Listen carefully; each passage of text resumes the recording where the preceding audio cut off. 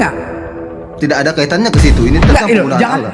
di perintah Allah yang 10 apa? Jangan menginginkan hak orang lain. Yuk. Jadi kenapa Anda mengambil hak orang Kalau lain? topiknya ini kita gas gitulah. Kalau topiknya ini kita gas. Tapi kalau tentang siapa penggunaan lebih dahulu saya tidak mau. Iya, sekarang ini topiknya di perintah Allah yang 10, jangan menginginkan hak orang lain. Anda sadar telah mengambil punya orang lain? Oke, baik. Kalau itu abang katakan, itu saya ada dalilnya, oke? Yohanes 15 ayat 16, bang. Bukan kamu yang memilih aku, tetapi akulah yang memilih kamu. Jadi Allah yang memilih saya. Yesus yang memilih saya. Bukan Tadi saya yang memilih konteksnya dia. gini loh. Tadi kan aku mengatakan Allah itu adalah nama. Anda tidak menyebutkan Allah itu adalah gelar. Paham kan? Situ lagi sih. Ya iya, Ini Anda kita tidak bisa sekolah menyebutkan. jauh-jauh. Jadi kalau Anda menyadarin Allah itu adalah nama sesembahan umat Islam, nggak usah dipakai lagi, selesai.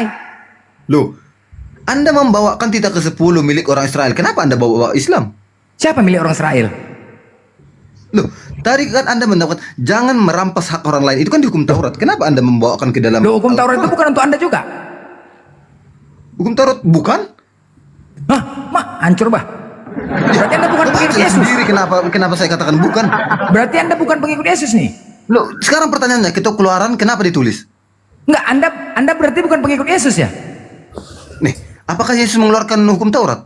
Janganlah kamu menyangka bahwa aku datang untuk Pertanyaan menyediakan hukum saya, Taurat. apakah Yesus mengeluarkan hukum Taurat? Yesus pertanyaan datang saya. untuk menggenapi hukum Taurat. Udah tergenapi. Apakah dia Jadi- mengeluarkan lagi? Mengeluarkan cemananya? Nih, Enggak, Anda gini, mengikut aku Yesus pengikut- kan sekarang? dengar baik-baik biar Anda paham konteks Taurat pertanyaan saya. itu Saya untuk mengikut Yesus, Israel. oke? Iya, itu maksud saya, Bang. Ya, aku adalah pengikut Yesus. Kalau Anda mengatakan Dengar untuk dulu, Israel, dengar dulu, berarti biar Anda biar gini, Anda kalau paham Anda konteks menyatakan pertanyaan hukum Taurat saya. untuk orang Israel, berarti Yesus datang untuk Bani Israel, bukan untuk kalian kalau gitu. Dari mana Anda tahu? Loh, tadi Anda mengatakan gitu. Hukum Taurat untuk orang Israel. Kemananya? Tahe. Hukum Taurat berbeda konteks dengan Yesus. Konteksnya berbeda. Hukum Taurat, hukum Musa yang dibawa untuk Israel. Yesus berbeda. Dia menggenapi. Tetapi bukan Yesus itu untuk Israel only. Bukan. Tapi dia memang datang dari Israel. Paham nggak saya? Enggak, hukum Taurat itu hanya untuk Bani Israel. Ya, betul. Bukan untuk kalian juga, bukan? Makanya saya katakan tadi, kenapa hukum Taurat itu tertulis di dalam kitab Keluaran? Tahu nggak latar belakangnya apa? Enggak, aku bertanya dulu. Taurat itu bukan untuk kalian, bukan? Hanya untuk Bani Israel. Bukan. Berarti Yesus Hanya datang itu untuk hanya Bani Israel, bukan untuk kalian. Kalian dari mana yang datang? Iya, astaga, itu muter-muter terus dong. Gini bang, Baik, Pokoknya iya, hukum Bang, Taurat Bang, untuk gimana, Israel Bang? selesai. diam dulu bang, diam dulu. Enggak aja. Gini bang ya, Yesus itu udah ditolak. Yesus itu batu yang dikasih sama Allah. Itu ada itu. Jadi dibuang sama tukang-tukang bangunan. Nah, tukang-tukang bangunan itu adalah orang Israel yang menolak Yesus gitu loh bang. Assalamualaikum warahmatullahi wabarakatuh, Gurunda.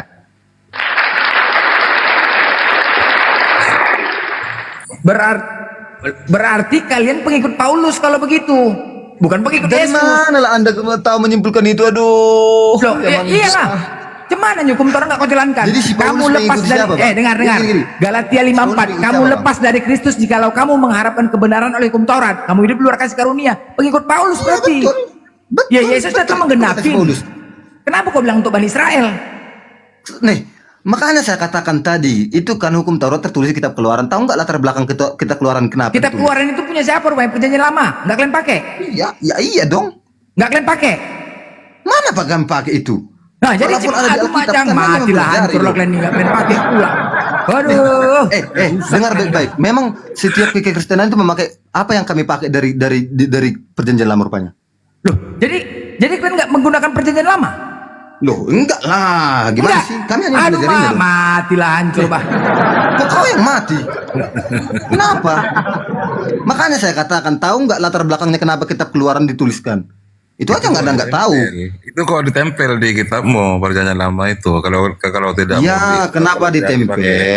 Ya, karena itu kan ada runtutannya. Oke. Kedatangan Mesias itu adalah Yesus, makanya jadi satu buku, dikanonisasi jadi menjadi Alkitab. Panjang ceritanya. Kemana Pokoknya lah inti kalian mau intinya- dikatakan pokoknya masuk inti intinya surga seperti ini? ini, Bang Suka-suka Bender. hati kalian. Dengar dulu Kalian ya. yang mengatur Tuhan, bukan Tuhan yang mengatur kalian. Cobalah, ha? Kalian yang mengatur Tuhan. Kayak gini kalian mau masuk surga. Makanya Bang enak Blender. aja. Dari mana lah kau tahu Bang narasi Blender. seperti itu? Aduh, barusan saya Bang menunjukkan Blender. dalil bahwa Ya. bukan kamu yang memilih Makanya aku, gini aku yang teman-teman, memilih kamu. perbedaan antara di Islam dan Kristen itu, kalau di Islam manusia berusaha, Tuhan yang menentukan. Nah, kalau di Kristen manusia, Tuhan yang berusaha, manusia yang menentukan. Nah, Iya. itu bedanya. Orang ini pula yang suka-suka. Orang kalian yang mengatur Tuhan. Kayak gitu baru masuk surga. Salah juga. Baca kitab juga mengatakan seperti ini, rancangan. Jadi kutanya Cendran, kutanya sama kau. Kalian hanya modal mengimanin Yesus sebagai Tuhan dan juru selamat, pasti masuk surga. Itu aja modalnya. Ya jelas dong, jelas. Jelas. Ya udah, kalau begitu mati aja kalian bunuh diri satu keluarga. Ngapain lagi hidup di dunia, bro? Ya kan? Ngapain lagi di dunia? Sekarang kutanya sama kau.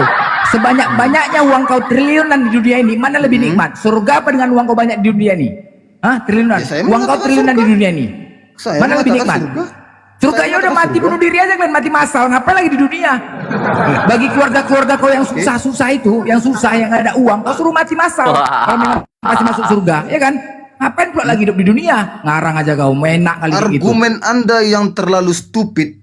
Kok stupid Kalian kemana? buat ketawa itu luar biasa Loh, loh. ya kan modalnya hanya modal mengimanin Karena Yesus. Anda berani menyimpulkan tanpa bertanya. Bukan menyimpulkan, hasil kesimpulan dari Jadi, kau. Kau Dari tadi tadi pun mengatakan Anda tidak membawakan dalil. modalnya Anda hanya membawa argumen mengimanin, dari hanya otak pikiran percaya Anda sendiri. Yesus sebagai Tuhan dan Juru Selamat, pasti masuk surga. Kan itu kan? Modal percaya aja. Pasti. Ya itu kan? percaya Ya saja. udah, ke keluarga kau ada yang miskin? Ada? Ada? Ya, Ada luar keluarga biasa yang miskin? diberkati semua. Enggak, kalau ada yang miskin suruh aja mati bunuh diri, ngapain lagi di dunia, ya kan? Simple. Masuk Sekarang surga. saya tanya dulu samamu, ada nggak enak perintah aja kayak Yesus gitu. untuk bunuh diri? Apa? Ada di mana ada dosa bunuh diri? Di Bible kalian ada? Saya bertanya pada Anda. Ada mati diri nggak berdosa Yesus di Bible untuk kalian? bunuh diri? Lah, Ada? Ada. apa Dosa yang kalian udah bertanya sama tebus. Anda? Aduh, Apalagi? gimana sih? Dosa kalian kan udah tebus. Enak Assalamualaikum aja gitu. warahmatullahi wabarakatuh, ya. Gurunda. Ini pendeta ini brutal, Gurunda. Waalaikumsalam warahmatullahi wabarakatuh. Ya, Baru dipecat. biarin aja, biarin aja. Kita tepuk Baru tangan dipecat aja. nih makanya tensi. Ya, lanjut. Pecahkan ginjalnya, pendeta. Enggak simpel aja ya. Saya dipecat sebenarnya. memang di sini, tapi Anda kan Enggak dipecat simpel kan? Profesor Dr. Metatrol Enak juga kali. kemarin. Kalau memang seperti itu konsepnya, hanya percaya Yesus sebagai Tuhan dan Juru Selamat, ya udah. Seenak-enaknya hidupmu di dunia, banyak uangmu triliunan, mana lebih nikmat? Di dunia apa di surga? Saya katakan di surga. Ya udah mati aja lah, udah clear kan, selesai. Ada Apalagi? nggak perintahnya? Udah kali, ngapain berlama-lama? Gini Mati loh, masal kalian udah. kenapa Simpel kalian kan? membuat emoji ketawa atas kedunguan teman kalian Enggak sendiri? sesimpel itu pemikiranmu, enggak aja. Kan ngarang-ngarang tuh namanya. Loh, Jadi terus nggak ngikutin perintah, terus masuk Ya surga. kalau nggak boleh ketawa, coba jelaskan salahnya di mana. nah kalau itu pertanyaan Anda bagus. Dari tadi saya tidak bisa menjelaskan soalnya. Bagus. Oke, dengar baik-baik ya. Pendeta Besidelahi, walaupun pendetanya tadi mana? Oke.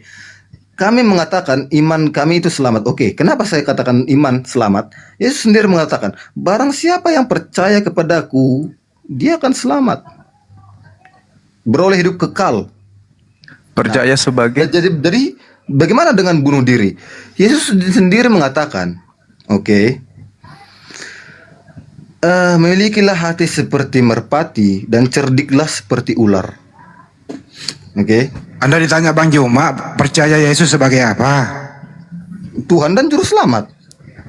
Bentar dulu Bang, kalau itu pertanyaan Bang Juma bentar dulu. Aku stay sama Bang Sililai dulu. Nah, jadi apa selagi tidak ada perintah Yesus mengatakan bunuh diri, ngapain Anda mengada-ada? Makanya itu saya katakan Allah adalah kesimpulan yang dungu. Karena di dalam kitabnya si Paulus, iman itu adalah dasar dari pengharapan. Kalau kau bunuh diri, berarti tidak ada pengharapanmu. Gimana sih pendeta dungu ini?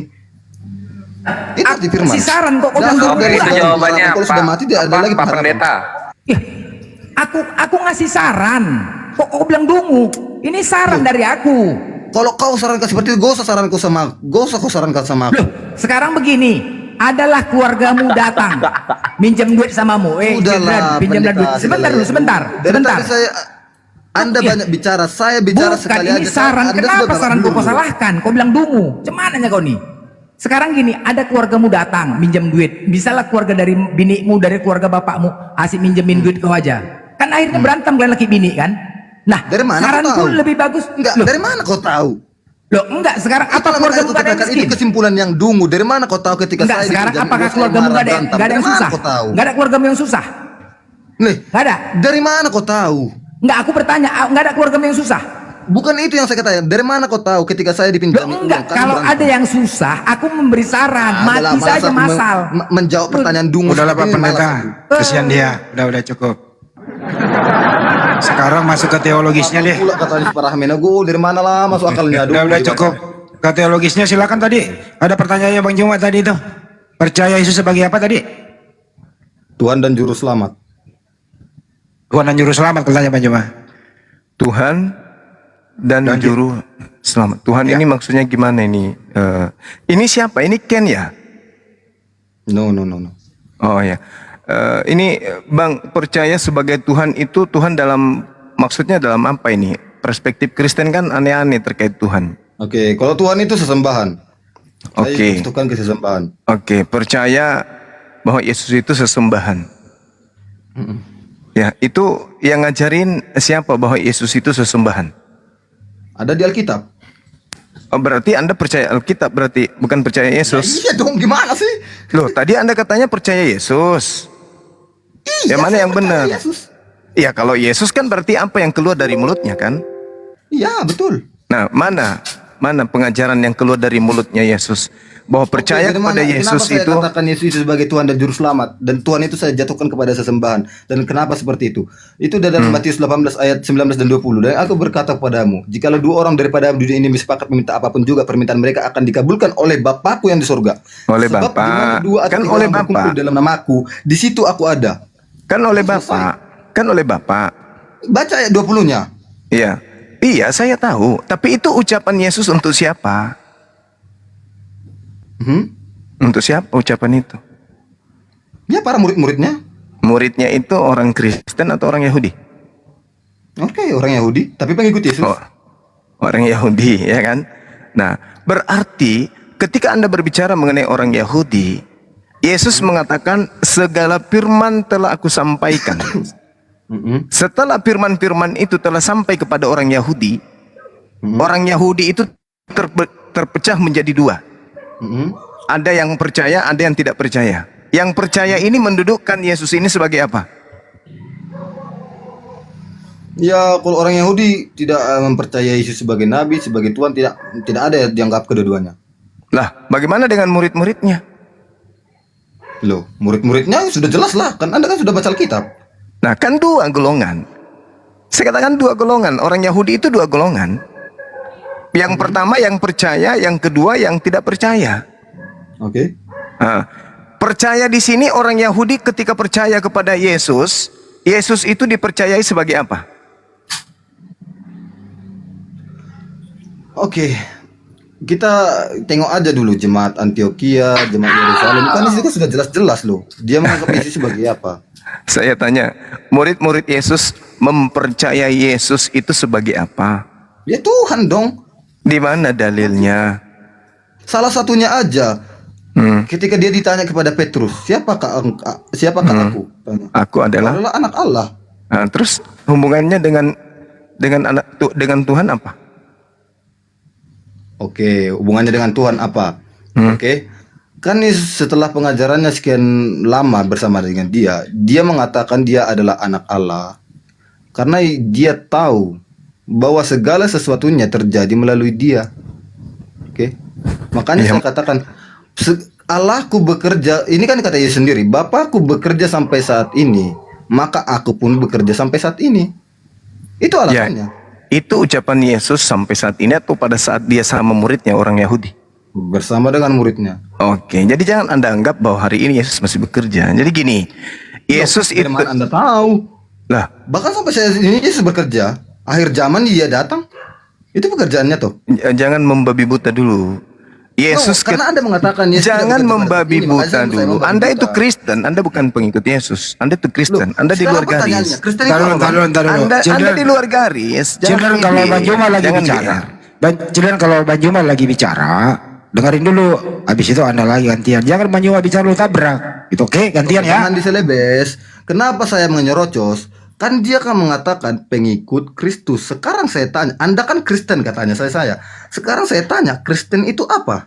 Kristen itu menurut Kristen pengikut Yesus. Ya sudah selesai. Nah, sekarang pengikut Yesus itu menurut Yesus kayak mana? Itu kan klaim Anda. Sekarang Yesus menurut Yesus pengikutnya itu ciri-cirinya kayak mana? Yang mana dulu yang masa jawab ini? Yesus Yesus menurut menganggap Kristus Yesus sebagai apa? ciri-ciri pengikutnya itu kayak apa? Tidak ada ciri-cirinya, itu berbicara tentang hati. Inilah kamu. Makanya dikatakan di dalam Lukas 10, dengar dulu, oke? Makanya dikatakan Lukas 10 ayat 16, barang siapa mendengarkan aku, ia mendengarkan aku. Dan barang siapa yang menolak kamu, ia menolak aku. Dan barang siapa menolak aku, ia menolak yang dibentus aku.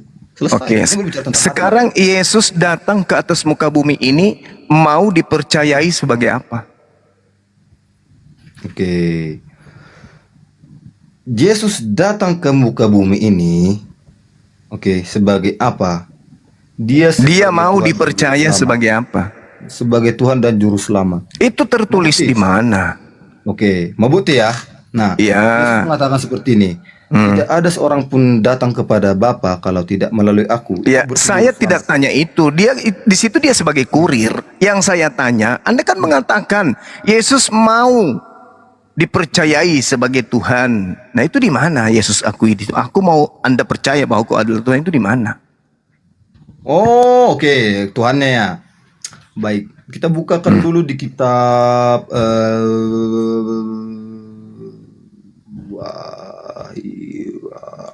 Alfa dan Omega.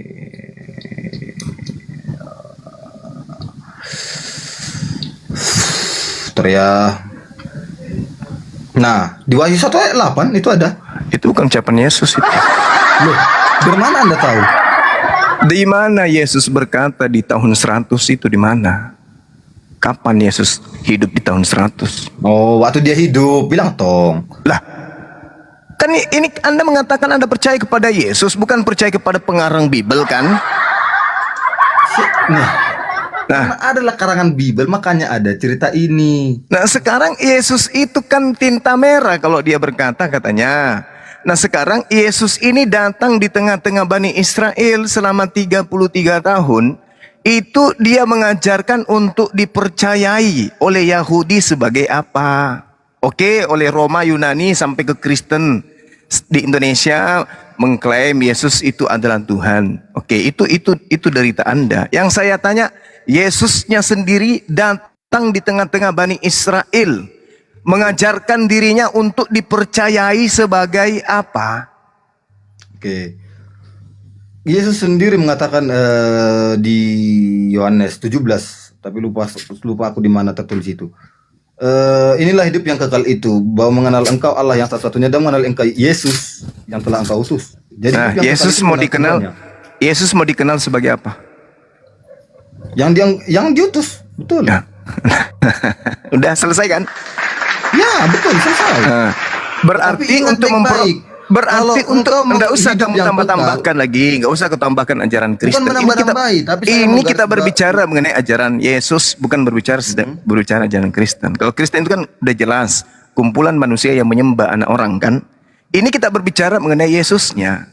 Yesus datang ke atas muka bumi ini kepada kaumnya Bani Israel, mengajarkan segala firman yang Tuhan berikan kepadanya, agar Bani Israel itu percaya dan menerima Yesus itu sebagai apa? Aku kalau Anda tanya seperti itu sampai sekarang saya tidak tahu. Karena mereka dia menganggap Yesus nabi, tidak menganggap sebagai Mesias. Makanya saya tidak Lah tahu mereka murid-muridnya, menganggap murid-muridnya, apa. Murid-muridnya dia memanggil Tuhan toh. siapa muridnya yang Tuhan mengatakan dan itu? guru. Loh, Anda harus Kamu menyebut aku guru dan Tuhan. Anda harus memisahkan antara Kristen dan murid Yesus. Lah, Pisahkan tadi antara. pertanyaan Anda, gini Bang, pertanyaan Abang tadi apa Bang? Saya tanya, Yesus datang di tengah-tengah kaumnya Bani Israel agar Iya. Bani Israel itu percaya dirinya itu sebagai apa? Heeh. Sebagai apa? Saya tidak tahu, saya katakan dia tidak dianggap Mesias, dia dianggap Kenapa Tuhan. Anda mengatakan Anda Karena tidak? Anda tadi membawa siapa ya? Berarti Yesus Anda dianggap tidak apa sebagai berarti dianggap Anda apa ini oleh tidak murid-muridnya. belajar. Yesus Itu yang mengatakan di dalam Yohanes 11 nomor 42. Aku tahu bahwa engkau selalu mendengarkan aku, tetapi oleh karena orang banyak yang berdiri di sini mengelilingi aku mengatakannya supaya mereka percaya bahwa engkaulah yang telah mengutus aku. Yesus mau dipercayai sebagai apa? Ya, sebagai utusan pun nggak apa-apa sih sebenarnya. Berarti Yesus mau dipercayai sebagai utusan. Anda sendiri mempercayai sebagai Ya, apa? betul. Anda sendiri mempercayainya sebagai apa? Aku sih mengatakan dia adalah Tuhan. Di mana Yesus mau dipercayai bahwa dia adalah Tuhan? Oke. Yang pertama, aku dan Bapa adalah satu. Itu Ya. yang pertama. Yang kedua, dengar Yang dulu. Anda kan yang bertanya, saya No, no, no. tanya, Gini di loh. mana Ya kan Anda Yesus? bertanya, posisi saya kan Iya. sekarang menjawab, betul? Ya, Oke, Ya kan, oke, saya oke. menjawab. Oke, silakan. Oke. Yang pertama, aku dan Bapa adalah satu. Yes. Itu kata Yesus. Yang kedua, inilah hidup yang kekal itu, mengenal Allah satu-satunya dan Yesus yang kau utus. Jadi kalau mau hidup yang kekal, Allah dan Yesus sama. Maksudnya. Loh. Itu kan? Di situ Yang kedua, ada berapa hakikat yang ingin dikenal untuk memperoleh hidup yang kekal menurut Yesus? dua. Nah, yang satunya Hidup apa? yang kekal itu mengenal Yang Engkau, Allah pertama, satu-satunya dan yang Yesus kau satu-satunya itu sebagai apa? utus. Allah satu-satunya. Allah. Sebagai Tuhan. No, tidak ada Tuhan di situ, sebagai Allah situ. Nah, Allah itu apa? Namanya, gelarnya. Iya, gelarnya siapa? Loh, tidak ada penyebutan Tuhan di situ. Iya, saya tahu, tapi Yesus Allah itu konteks apa? Allah itu apa? Ya enggak tahu kok tanya saya. Gini loh, ngapain Anda mengada-adakan kalau tidak ada gitu loh? Capek Anda gitu loh. Karena situ Allah satu-satunya sebagai apa ya? Anda kok nyatakan saya mengada-ngada? Karena Justru pertanyaan Anda Anda itu yang mengada-ngada. Yesus Anda katakan datang untuk dipercaya sebagai Tuhan. Anda mengada-ngada. Mana dalilnya? Kurasa abang karena baru masuk itu ya. Kenapa saya katakan abang baru masuk? Tadi saya sama siapa ya? Sama Handi. Siapa yang kamu tuhankan? Ya Yesus. Ya sekarang bukan itu poinnya. Saya hanya geli ketika saudara mengatakan Anda percaya kepada Yesus. Yesus itu mau dipercayai sebagai utusan Tuhan. Loh. Kan Yesus sendiri sudah mengatakan loh. Apa? Dan katamu itu tepat. Sebab aku adalah guru dan Tuhan. Selesai. Tuhan, bukan Tuhan, Tuhan. Tuhan pun jadilah. Iya Tuhan saya dia. Iya Tuhan, berarti dia bukan Eloah kan? Dia tidak mengatakan dirinya sebagai Allah di situ. Dia hanya mengatakan dirinya sebagai Mar. Dia hanya mengatakan dirinya sebagai utusan. Kan gitu. Nah, sekarang Yesus sendiri mau agar dia dipercaya sebagai utusan Tuhan. Sedangkan Anda mempercayainya sebagai Tuhan. Kepercayaan Anda ini dari mana? Oke, gampang sekali menjawabnya itu, easy. Karena dari awal Yesus sudah mengatakan tidak ada satu orang pun yang datang kepada Bapa kalau tidak melalui aku. Selesai. Iya, itu kita udah tamat kalau itu. Ya kalau udah tamat kenapa ditanya lagi? Yesus mengatakan tidak ada orang yang sampai kepada pencipta langit dan bumi kalau tidak melalui dia. Itu ucapannya untuk Bani Israel yang menolak dia. Nah sekarang permasalahannya adalah aliran kepercayaan bahwa Yesus itu Tuhan itu dari mana ilmunya? Oke. Setelah Yesus mengatakan seperti itu, kan Yesus kan mengatakan kepada murid-murid, beritakanlah Injil.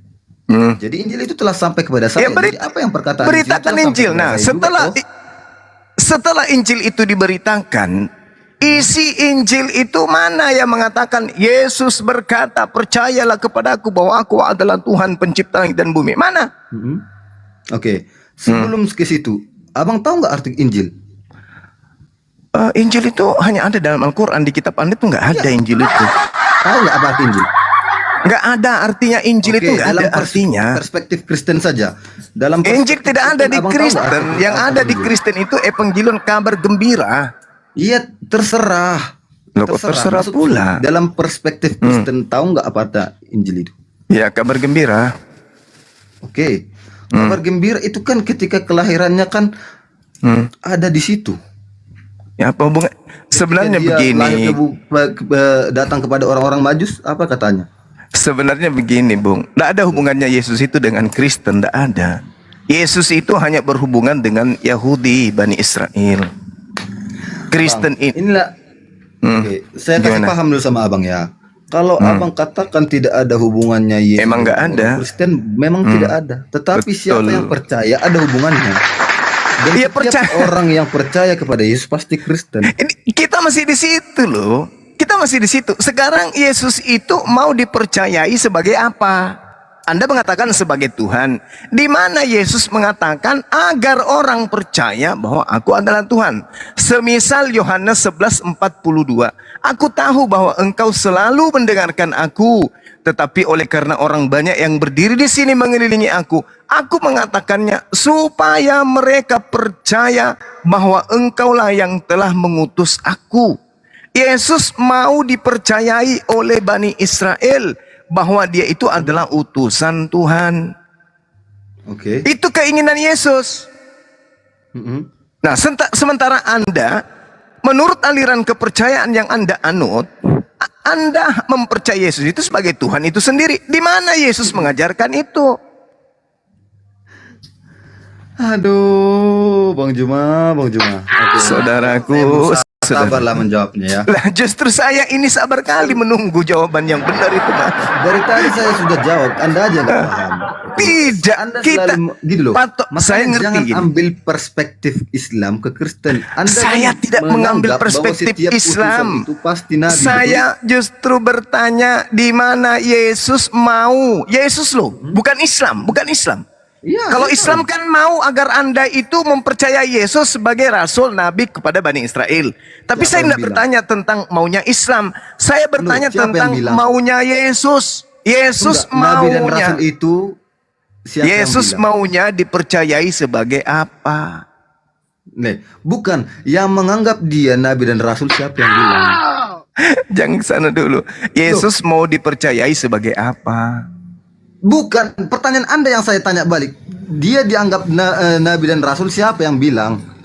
Paulus mengatakan dia rasul. Siapa? Di mana dalilnya? Ibrani Jangan ada 3. sesuatu yang tidak ada loh. Ibrani 3 nomor 1. kafir. Ibrani 3. Ibrani 3 apa isinya? Ada yang bisa baca nggak Ibrani 3 di Aku sini? ada. Ibrani 3, Ibrani ayat berapa? Coba Anda baca nomor satunya. Ibrani 1 ayat? Ibrani 3 Ibrani 3 ayat nomor 1. nomor 1. Yeah. Sebab itu hai saudara-saudara yang kudus dan mendapat bagian dari panggilan surgawi, pandanglah kepada rasul dan imam besar yang kita akui, yaitu Yesus. Oke?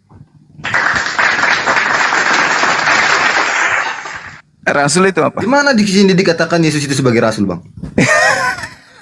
Loh, Apa Anda yang sih? gak paham bahasa Indonesia loh. Di situ ada tanda koma loh, tanda koma. Dalam panggilan surga, pandanglah kepada rasul. Oke, dan imam besar yang kita akui, Yesus. Jadi Yesus itu imam besar di sini, bukan rasul. Bahasa Indonesia aja nggak tamat. Aduh, Tuhan. Sebab itu hai saudara-saudara yang kudus yang mendapat bagian dalam panggilan surgawi, pandanglah kepada rasul dan imam besar yang kita akui, yaitu Yesus. Nah, kemana sih bahasa Indonesia Anda? Jadi siapa yang Anda maksud di sini? Yang saya masukkan di sini, pandanglah kepada rasul. Kan di mana-mana Anda pasti tahu kekristenan itu menganggap bapak-bapak gereja itu adalah rasul. Pandanglah rasul. Karena ada bapak gereja di situ. Imam besar itu adalah Yesus Kristus. Orang cuma Yesus di situ kok. Parah ini. Pandanglah para rasul, bahkan di Selebes. Para rasul, berarti ada oknum lain di situ dong. Gimana sih? Aduh.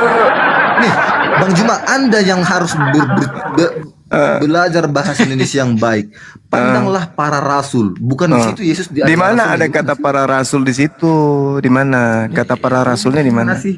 Ya, kok ya dia? Panggilan kepada rasul.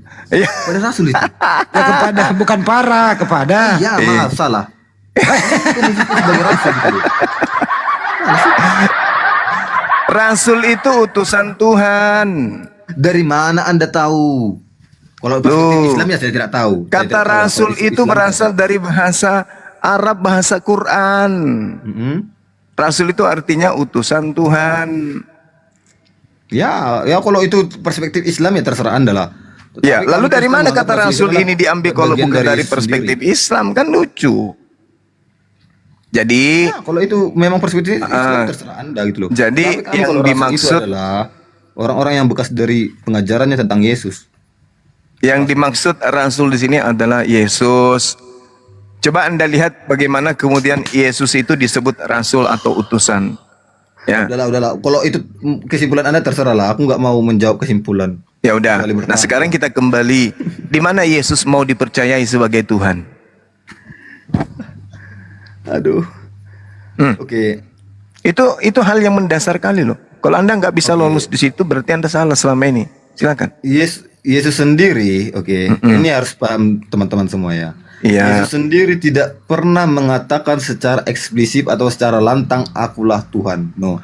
Tetapi dia Bukan. pernah membenarkan jawaban orang. Bukan itu. Karena bukan mereka itu. menyebut dia guru dan Tuhan. Dan kata Bukan. itu tepat, aku guru dan Tuhan. Bukan itu Karena yang saya apa? maksud. Dengar dulu. Karena apa? Yesus datang ke bumi ini bukan cari-cari nama. Tetapi bagaimana manusia itu datang kepada Bapa. Makanya dia mengajarkan doa Bapa kami. Oke, Bapa adalah salah satunya. Dan dia menyerahkan nyawanya kepada Bapa. Itu sebenarnya intisarinya. Jadi kenapa tidak usah heran kenapa tidak pernah Yesus secara lantang atau secara eksplisit bahkan tidak menyebutkan dirinya sebagai Tuhan. Dia hanya Ya karena dia sadar dirinya bukan Tuhan.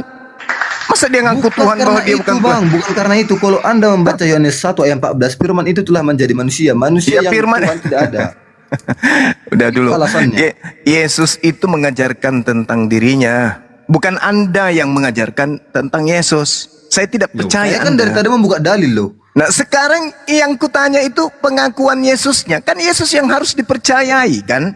Coba Anda baca Yohanes 3 nomor 16. Yang harus dipercaya di situ siapa? Anda atau Yesus?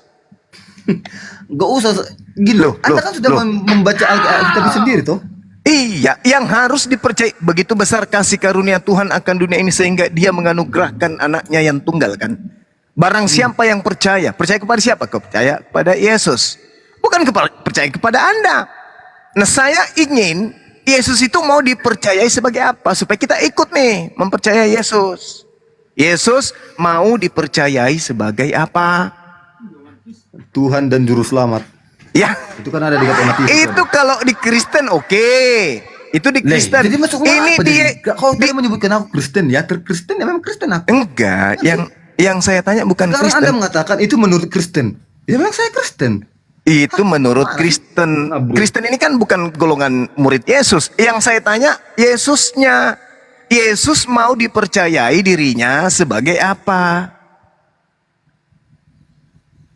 Astaga, sudah saya katakan tadi kepadamu Tuhan dan Juru Selamat. Bukannya ada di lahir hari ini telah lahir bagimu Tuhan dan Juru Selamat. Kita jauh.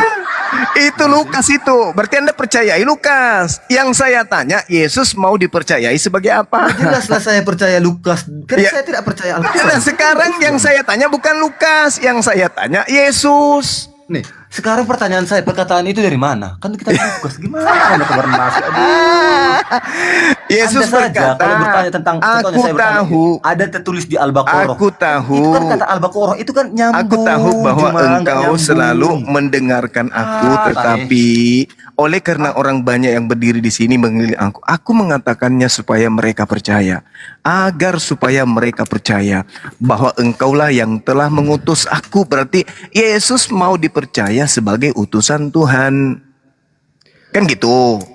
Nah sekarang Kristen muncul belakangan setelah Yesus terangkat, setelah Yesus menyelesaikan pengajarannya dengan Yahudi, orang Bani Israel, tiba-tiba Kristen muncul resminya di abad keempat. Kristen itu sebagai agama kekaisaran Roma. Pertanyaannya, Kristen oke, dengan ajarannya percaya Yesus itu Tuhan dan Juru Selamat. Di mana Yesus mau dipercayai dengan konsep Kristen seperti itu di mana? Dengar ya. Gak usah panjang. Apa yang aku ketawain cuma? Dengar baik-baik ya. Kan Di mana tadi kan Yesus Anda mau mengutip dipercayai? di kitab Ibrani. Dengar dulu. Di mana Yesus mau dipercayai sebagai Tuhan mana? Oke, dengar dulu baik-baik ya. Ya. Kan tadi kan Anda membawa kitab Ibrani. Oke. Percaya kepada rasul dan imam besar itu adalah Yesus, katanya kan. Iya. Kalau di Roma 5 ayat 11 itu dikatakan seperti ini, dan bukan hanya itu saja, kita malah berbegah dalam Allah oleh Yesus Kristus Tuhan kita. Jadi karena si Paulus yang membawa pertama kali disebut Berarti Kristen, Anda jadi percaya itu adalah kepada Tuhan kami. Berarti Anda percaya kepada Yesus atau kepada Paulus? Oke. Di kitab Lukas juga ada, di kitab Petrus juga ada. Kitab Petrus. Oke. Udah paham ya? Ketawa. Apa aku ketawa lagi tuh di bata. Yesus mau dipercayai sebagai apa menurut Yesus? Nih, saya dari tadi bolak-balik pertanyaan mulu. Siapa Yesus menurut Yesus? Aku dan Bapa adalah satu. Akulah jalan keselamatan dan hidup. Kalau itu saya ngerti pun, anak-anak kecil pun ngerti. Ini yang saya tanya, Yesus itu mau dipercayai sebagai apa? Kan itu saya katakan dari tadi. Aduh, cuma apa yang pusing dengar tahu. Dari tadi bolak-balik loh. Kalau Yesus mengatakan, kalau ia mengatakan, woi teman-teman, percayalah aku ini sebagai utusan Tuhan, deh kan? Tiba-tiba itu ada orang yang datang, woi teman-teman, percayalah Yesus itu adalah Tuhan itu sendiri. Lantas Anda lebih percaya kepada orang lain daripada Yesus yang mengatakan dirinya itu sebagai utusan Tuhan. Kira-kira Anda ini yang merasuki Anda apa?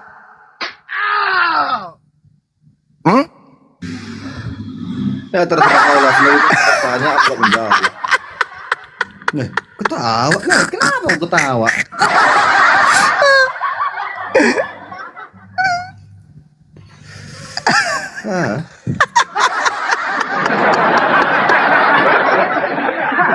Anda itu bukan pengikut Yesus ya, supaya saudara-saudara Kristen itu sadar. Mulai sekarang itu Anda harus sadari, Anda semua itu bukan pengikut Yesus. Orang yang percaya orang yang percaya kepada Yesus itu hanya sebatas mendudukkan Yesus itu sebagai utusan. Makanya dalam Yohanes 17 nomor 3, hidup kekal itu adalah mereka Bani Israel mengenal Engkau satu-satunya Tuhan dan mengenal Yesus sebagai utusan Tuhan. Itu resep untuk memperoleh hidup yang kekal. Berarti Kan Yesus itu yang tadi ku sampaikan kepadamu. Juma. berarti Itu yang Yesus tadi mau sampaikan. berarti Yesus mau dikenal sebagai Tuhan atau sebagai utusan Tuhan? Mau sebagai utusan pun gak Iya. apa-apa, karena kan di situ tertulis inilah hidup yang kekal itu. Oke. Ya, paham? Asma kuy.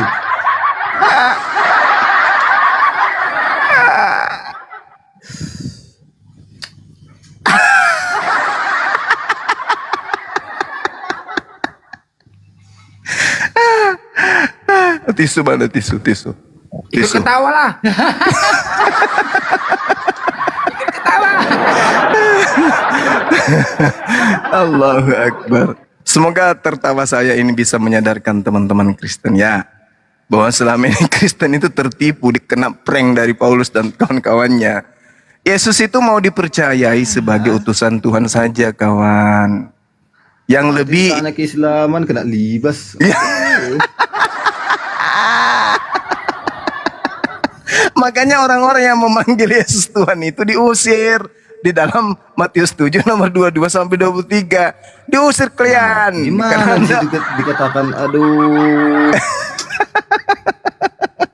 Di mana sih dikatakan Kristen? Aduh, gimana sih Lah, kau? yang memanggil Yesus Tuhan kan hanya Kristen. Ada dua golongan kan, Yahudi dan Baca Kristen. dulu konteksnya, Juma. Jangan kau di luar kepalamu sendiri kau tafsir. Mending kau tanya, kalau nggak tahu kau tafsir. Yang memanggil Yesus Tuhan itu siapa? Hindu. Dengar baik-baik ya, dengar baik-baik. Juma. Ya, saya dengar ya. Kristen pun ada, sudah banyak orang pada zaman itu memanggil dia Tuhan. Kau paham? Oh ya? Siapa? Loh, orang Siapa? buta ketika disembuhkan, dia memanggil Yesus itu sebagai Tuhan. Oh ya, mereka lah yang diusir berarti. Perempuan itu. Siapa Kan lagi? banyak sudah memanggil dia Ya Tuhan, berarti toh. semuanya itu akan diusir lah. Nah, baca dulu kenapa dia ditolak. Kenapa? Jangan asal ngocor sendiri. Ya berarti Baca diusir ini dulu. semuanya. Ada 3 Pokoknya jam yang aku di memanggil sini. Yesus Tuhan diusir. Intinya di situ. Kenapa dia diusir? Baca dulu ayatnya. Ya diusir lah. Karena mereka tidak melakukan kehendak Bapa yang ada di surga. Kalau umatmu di bawah ketawa-ketawanya itu. Iya pastilah ketawa karena Anda keciduk, ternyata Anda itu bukan termasuk orang yang percaya kepada Yesus. Orang yang percaya kepada Yesus hanya mendudukan Yesus sebagai utusan Nanti ku Tuhan. tanya kau tentang keislaman, kau gak akan paham, hancur. Yang gak penistaan agama. Sekarang Anda bertanya, saya jawab, kau ketawai. Iya ketawalah. Anda kan mengatakan Sekarang Anda dijamin selamat karena Anda gini loh. percaya kepada Yesus, Apa kata yang kau Anda. ketawai? Sedangkan Nah, kita, kalau Anda kita percaya aja kepada sudah berbeda. Yesus, Kau Islam, aku Kristen. mustahil. Apa yang berhak kau ketawai, Juma? Kalau Anda percaya Apa yang kau Yesus, ketawai? kalau Anda Kita percaya sudah Yesus, berbeda mustahil agama, Anda Islam menjadi dan Kristen. Juma. Apa yang kau ketawai? Anda lucu itu loh, lucu. Lucu. Saya katakan kepada saudara, kalau Anda percaya kepada Yesus, mustahil Anda menjadi Kristen, mustahil. Karena orang menjadi Kristen menyembah Yesus, ibadah minggu, percaya kepada pendeta, kepada pastor. Itu bukan ajaran Yesus itu semuanya. Gak ada Yesus mengajarkan itu, gak ada. Menyembah Yesus, ibadah minggu, makan babi, tidak bersunat, 3 pribadi Tuhan, Tuhan jadi mayat, Tuhan jadi 3 pribadi. Itu bukan ajaran Yesus. Jadi mustahil orang menjadi Kristen kalau percaya kepada Yesus, mustahil. Dengar dulu Juma ya. Dengar dulu baik-baik. Iya, saya dengar. Ya. Rasul-rasul, pastor, pendeta itu mengajarkan tentang apa Juma? Mengajarkan tentang ajaran pagan Romawi. Palak kau. Kalau Palak bicara kau apa? pagan kita, ayo.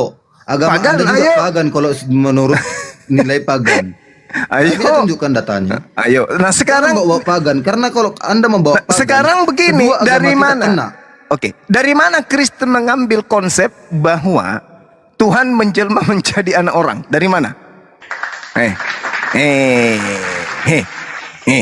Mas Olan nih. Seorang anak. Ini janganlah main mit sendiri. Aku menghargai lo. Dengar baik-baik ya.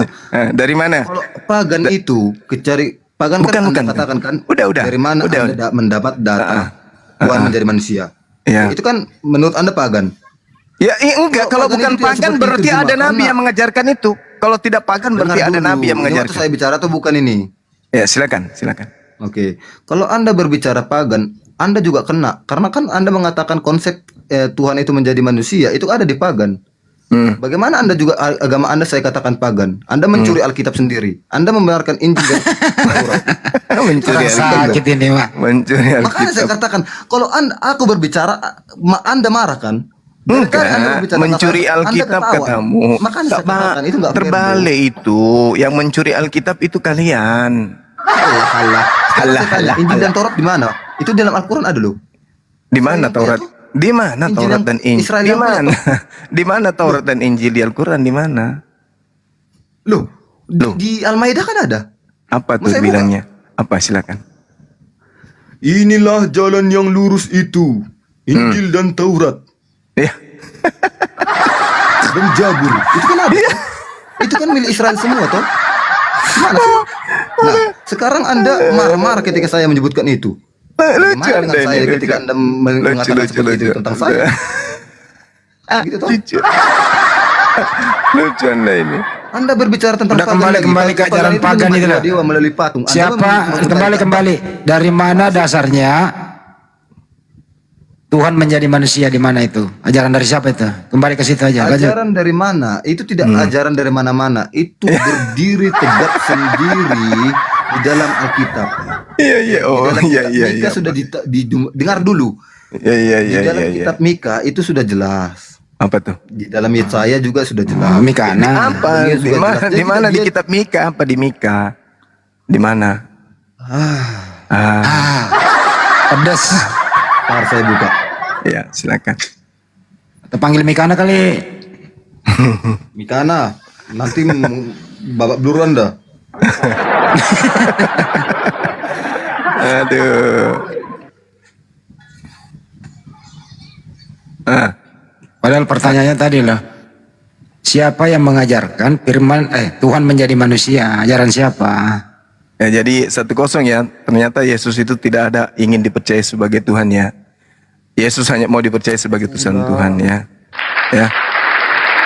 Nah, ini Mika 5 ayat 2. 1-0, saya kalah di situ. Anda menang. Bagi seorang yang akan memerintah Israel. Bang Andi bicara sendiri dia sekarang. Bicara sendiri dia. Oh iya ya, waktu Anda yang bicara. Enggak, dia berdiskusi sama yang Enggak, dia baca. Mika di mana? Mika berapa? Mika 5 ayat 2. Iya. Apa yang Anda Jadi ingin Alkitab jajakan di itu situ? sendiri berdiri tegap dalam dirinya sendiri. Apa? Jadi tidak ada campur tangan. Dari mana ajaran itu diambil tidak ada. Dia berdiri tegak. Apa yang Anda ingin jual di sini? Apa? Nih, tadi Bang Anda Selebes mengatakan dari mana ajaran itu diambil? Ya saya katakan itu berdiri tegak sendiri. Tidak ada ajaran-ajaran yang lain yang diambil. Enggak, maksudnya konsep aliran Tidak ada kepercayaan konsep-konsep itu diambil dari mana-mana. dewa menjelma menjadi manusia itu dari mana Anda dapatkan? Loh, harusnya aku yang bertanya kepada Anda karena aku tidak mengungkit itu. Loh. Kacau. Kenapa jadi kita yang ditanya? Kan konsepmu itu kan berbicara mengenai pagan, dewa jadi manusia itu kan pagan. Kan sudah saya katakan di awal Juma, Alkitab itu berdiri tegap sendiri, tidak ada mengambil dari ajaran-ajaran lain. Loh, Anda gimana ceritanya nih? Roma Anda yang bagaimana, weh? sebelum menjadikan Kristen sebagai agama kekaisaran, Roma ini aliran kepercayaannya apa? Dari mana kau tahu Roma kegeser menciptakan kekristenan? Aduh. Tuhan. Lalu Kristen ini ciptaan siapa? Tahe. Belajar. Dari mana kau tahu itu? Lalu Kristen ini ciptaan siapa? Tuhannya Abraham, Ishak dan Yakub tidak mungkin. Yesus tidak mungkin. Lalu siapa yang membuat Kristen ini siapa? Trinitas, Tritunggal, Tuhan Yesus menjadi only, manusia. Tuhan menjadi manusia. Manusia melahirkan Tuhan, manusia membunuh Tuhan. Ini ajaran pagan kayak gini itu ajaran dari mana? Ada satu lagi Bang Gurunda, Tuhan digantung terkutuk. Nah, itu dia. Itu dari mana ajaran-ajaran kayak gitu? Intisarinya saya Oh, katakan, intisari. ya. Roti sari kali Om. Intisarinya Alkitab itu berdiri tegak sendiri, tidak pernah. Orang nggak nanya itu, orang nggak nanya itu kok. Maksudnya karangan sendiri, dibuat-buat sendiri, maksudnya itu. Mana sih? Lalu siapa nabi yang mengajarkan itu? Yang kayak gitu-gitu siapa? Kalau karangan sendiri tidak mungkin ada buatan Juma. Ini buatan lagi. Ini buatan lah ya, kari kemana-mana dia. Tadi katanya berdiri sendiri, sekarang nubuatan. Kan itu tolak ukurnya. Oke. Aduh, sedih kali lah aku melihat kalian pasti kamu ada ini. masa-masanya Juma. Silakan pendeta Mungkin karangan Mesir sendiri Lahi, silakan. di tahun sebelum Saya Terus cari tisu dulu. Anda ditanya Bang Jomba, Saya cari tisu dulu. Nabi siapa yang mengajarkan Tuhan menjadi manusia? Coba jawab. Anda satu-satu aja ngomong, masa dua langsung menggibal? Si Juma aja udah kubal balik dari tadi. Ya cuman diulang pertanyaannya tadi. Menyangkalnya ketawa-ketawa aja sebenarnya. Kutanya dia Al-Quran, kalian tak, kalian marah. Iya kan? Diulang ya pertanyaannya ya. Silakan pendeta maju dulu. Diulang pertanyaannya. Saya cari tisu dulu dan karung goni Ya. dulu Bang Andi. Nabi siapa yang mengajarkan Tuhan menjadi manusia? Nabi siapa? Nabi Luga. Nih, Ya, Nabi siapa yang siapa? mengajarkan Tuhan menjadi manusia? Tidak Siapa yang ada mengajarkan ajaran itu? Itu nubuatan. Aduh, Oh, nubuatan. Oh, malasah. Tahu nggak bedanya nubuatan sama kenabian? Gimana sih? Aduh, parah ini. Makanya sunat bro supaya tidak tertutup. Biar nggak bau sangit. Anda aja bersunat tidak ada dasarnya kok. Berarti Yesus bersunat nggak ada dasarnya? Ada dasarnya. Siapa yang nyuruh dia? Karena dia terlahir dari orang Yahudi. Anda ada nggak dasarnya kenapa Anda Oke. disunat? Terus kamu kenapa nggak Saya disunat? tanya, Ada dasarnya nggak? Ada. Terus kenapa kamu nggak disunat? Mana? Terus kenapa kamu nggak disunat? Enggak, pertanyaan saya mana dasarnya? Ada. Nabi saya disunat, saya ikut kepada Nabi saya. Terus kenapa kamu gak disunat? Yesus disunat. Mana buktinya Muhammad disunat? Ada di hadis disunat. Mana? Ada hadis Yakin enggak? jelas. Ada yakin. Blokir juga ini. Ya sekarang kamu ini disunat. Kenapa kamu gak disunat? Menjawab, makanya saya katakan ini nggak Udah fair. dijawab, Nabi itu Ketika saya disunat. menjawab, Anda mengetahui. Sekarang Anda saya tanya balik, Anda begini. Ya kan dijawab. Apa ini, bro? Kan dijawab, Nabi saya disunat. Aman Hadis kalau itu mana? Bang Hadis Kidra. mana? Aku udah pernah nonton si Metatron sama dia, sudah pernah saya. Tidak bisa dibuktikan kok. Udah ada hadisnya, Nabi Anda sudah mau cari disunat. mana lagi Handi Selebes? Ya kamu udah dijawab. Nabi Nabi terdahulu. Sekarang Yesus disunat, kenapa kamu gak disunat? Allah. Oke, Yesus bersunat betul. Terus kenapa kamu gak disunat? Ada nggak perintah Yesus disunat? Sunatkanlah dirimu sebagai pengikut aku, ada nggak? Berarti baramu gak sama dengan baranya Yesus ya? Iya, betul. Lah, malah ketawa. Terus Sekarang berarti- Anda tanya dulu, apa dasarnya Anda disunat gitu loh? Mengikuti Muhammad apa dasarnya? Gak sama barangnya. Lah, sekarang Anda dasarnya apa? Waktu Anda Yesus disunat? itu Mengikuti Muhammad apa dasarnya? dengerin dulu. Waktu Yesus disunat itu Yesus Tuhan apa Itu bukan ya? aja kalian nggak bisa menjawab. Selesai. Jawab dulu nih. Waktu Yesus disunat itu Yesus itu Tuhan apa bukan ya? Waktu Yesus disunat. Manusia. Oh jadi Yesus Firman telah bukan menjadi Tuhan. Manusia, Yohanes 1 ayat 14. Oh jadi waktu Yesus disunat dia bukan Tuhan. Dia manusia, firman itu telah menjadi manusia. Oh Makanya berarti dikatakan- Yesus bukan Tuhan dong kalau begitu. Dengar. Anda tadi saya tanya nggak bisa menjawab. Sekarang Enggak, yang disunat Anda itu- menyorotnya sendiri. Enggak, yang disunat itu manusia atau Tuhan? Manusia. Berarti Yesus bukan Tuhan Katakan dong. seperti ini. Dengar dulu. Hari ini telah lahir bagimu. Hari ini telah lahir. Berarti seorang manusia toh. Oh berarti Yesus bukan Tuhan dong. Karena dia manusia. Betul Dia ya? itu Tuhan, cuma dia manifestasinya sebagai Ya, berarti manusia. Tuhan disunat. Firman telah menjadi manusia, Handi. Berarti Tuhan disunat. Manusianya yang disunat. Oh berarti dia Firman bukan telah Tuhan menjadi waktu manusia, disunat. Handi. Semua saya kan ada dasarnya. Saya buka dalilnya semua toh. Sekarang Anda saya tanya, Anda tidak bisa Yesus jawab. ini menurut kamu Yesus ini manusia atau Tuhan sih? Alih-alih pertanyaan saya, Anda nggak bisa jawab. Saya sudah tahu. Yesus ini manusia atau Tuhan nggak sih? Manusia. Oh berarti bukan Tuhan. Dia Tuhan yang Lo menjadi katanya manusia. Itu loh. Diulang dipertegas lagi. Yesus ini Nggak usah adalah pertegas, saya ulangi saja. dipertegas Dia dulu. Tuhan Dengerin. menjadi Manusia. Dipertegas lagi. Yesus adalah manusia. Baik. Kalau sekali lagi Dengerin dulu. Yesus adalah manusia, B Tuhan. Yang mana? dengar dulu ya. Kalau saya di mute, saya akan turun ini. Turun aja nggak apa-apa. Yesus adalah manusia. Saya turun. Goodbye semuanya. Yesus adalah kabur dia. Kabur dia. Coba kamu Martin jawab Martin. Yesus adalah manusia, B Tuhan. Oke bang, sebelum menjawab itu sedikit ya bang ya, sedikit. Ya langsung aja jawab dulu itu. Saya ulang ya. Yesus adalah manusia, B Tuhan. Izin menjelaskan sedikit bisa bang? Kan nggak ditanya, cuman doang nggak bisa dijelasin. Ya penjelasannya juga tidak. Saya harus menjelaskan bagaimana kami memahami dia kan, memahami. Nggak usah, langsung aja jawab dulu baru jelasin. Yesus adalah manusia, B Tuhan. Ya kalau secara fisik kasat matanya manusia bang. Ya, oke, manusia. Udah ya, cukup ya. Oke. Oke, berarti dia bukan Tuhan karena dia manusia toh? Ya gini. Yang gimana? Sekarang kalau abang mereka tidak percaya bahwa dia firman Allah itu sendiri yang menjadi manusia, artinya bahwa abang-abang mereka juga harus mampu menjelaskan kalau dia sama manusia sama seperti kita, artinya keturunan dari manusia pertama sampai ke dia ini tidak terputus bang. Iya, dah. Jadi abang mereka harus menjelaskan secara biologinya bagaimana sampai Yesus ini lahir. Oke, sekarang ini Yesus ini manusia atau Tuhan? Iya, kalau secara kasat matanya manusia, tapi abang harus menjelaskan dia manusia yang seperti apa. Artinya kalau dia manusia sama seperti kita, dia hubungan dari manusia pertama sampai ke dia ini tidak boleh putus secara biologis. Waktu Yesus di dalam kandungan ya sama seperti kita, 9 bulan di dalam kandungan. mendapatkan nutrisi gizi dari ibunya, kemudian dilahirkan. Oke. Sama seperti, enggak, saya jawab dulu. Semua kemudian dilahirkan sama seperti kita bayi. Ibunya sehat menyusui anaknya sama dengan kita.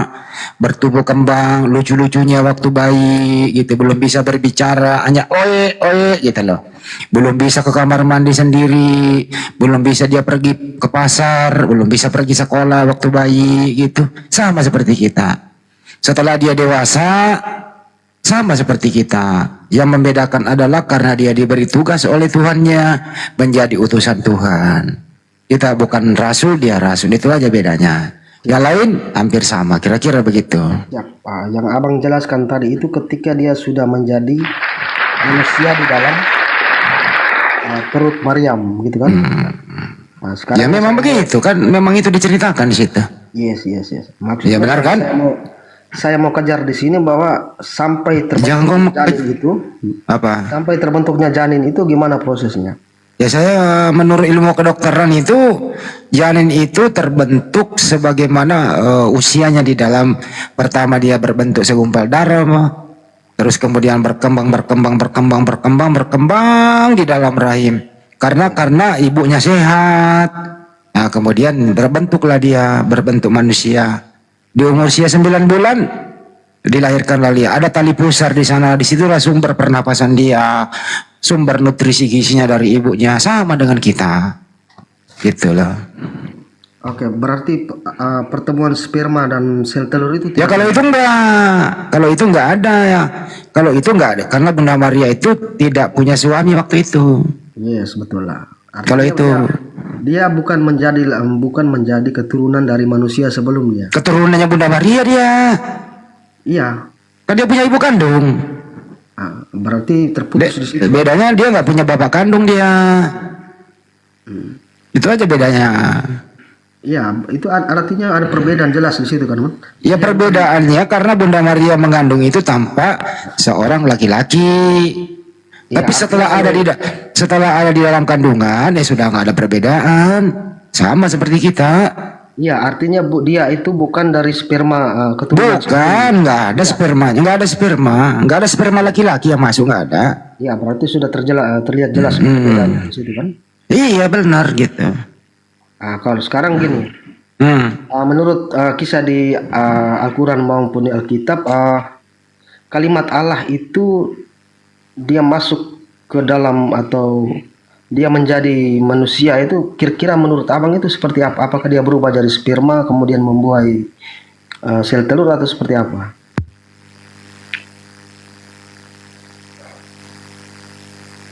Karena ada yang saya tanya juga di diskusi di koma lain bahwa katanya kalimat Allah itu berubah jadi sperma terus masuk. Itu kan sudah menjadi lucu kalau jawabannya seperti ini. Masa kalimat Allah berubah jadi sperma sih? Itu kan menjadi konyol sekali jawaban itu.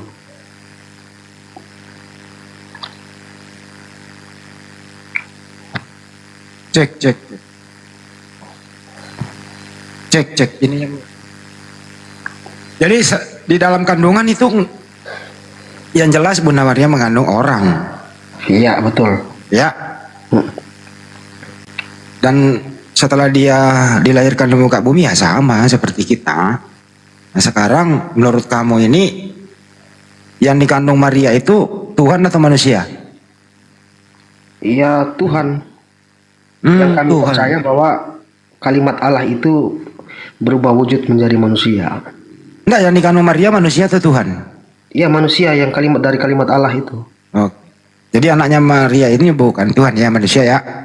Kalimat Allah. Loh kok kalimat? Kok anaknya Bunda Maria kalimat?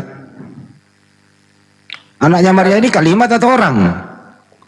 Kalimat yang berubah jadi manusia. Oh, Kan jadi anaknya ayat kan dijelaskan begitu, Pak. Baik di ya, Al-Quran maupun iya, dengerin dulu pertanyaannya. Kan nggak ditanya.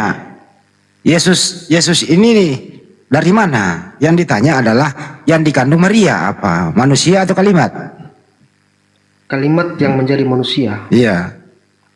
Ya, jadi anaknya Maria ini manusia. Iya, kalimat yang menjadi manusia. Iya, manusia toh. Bukan sperma yang jadi manusia. Iya. Anaknya Maria ini manusia betul. Ya, Ayat manusia. Artinya anaknya Maria bukan Tuhan, betul? ya, saya tidak sepakat di situ. Jadi anaknya Maria apa? Tuhan atau manusia?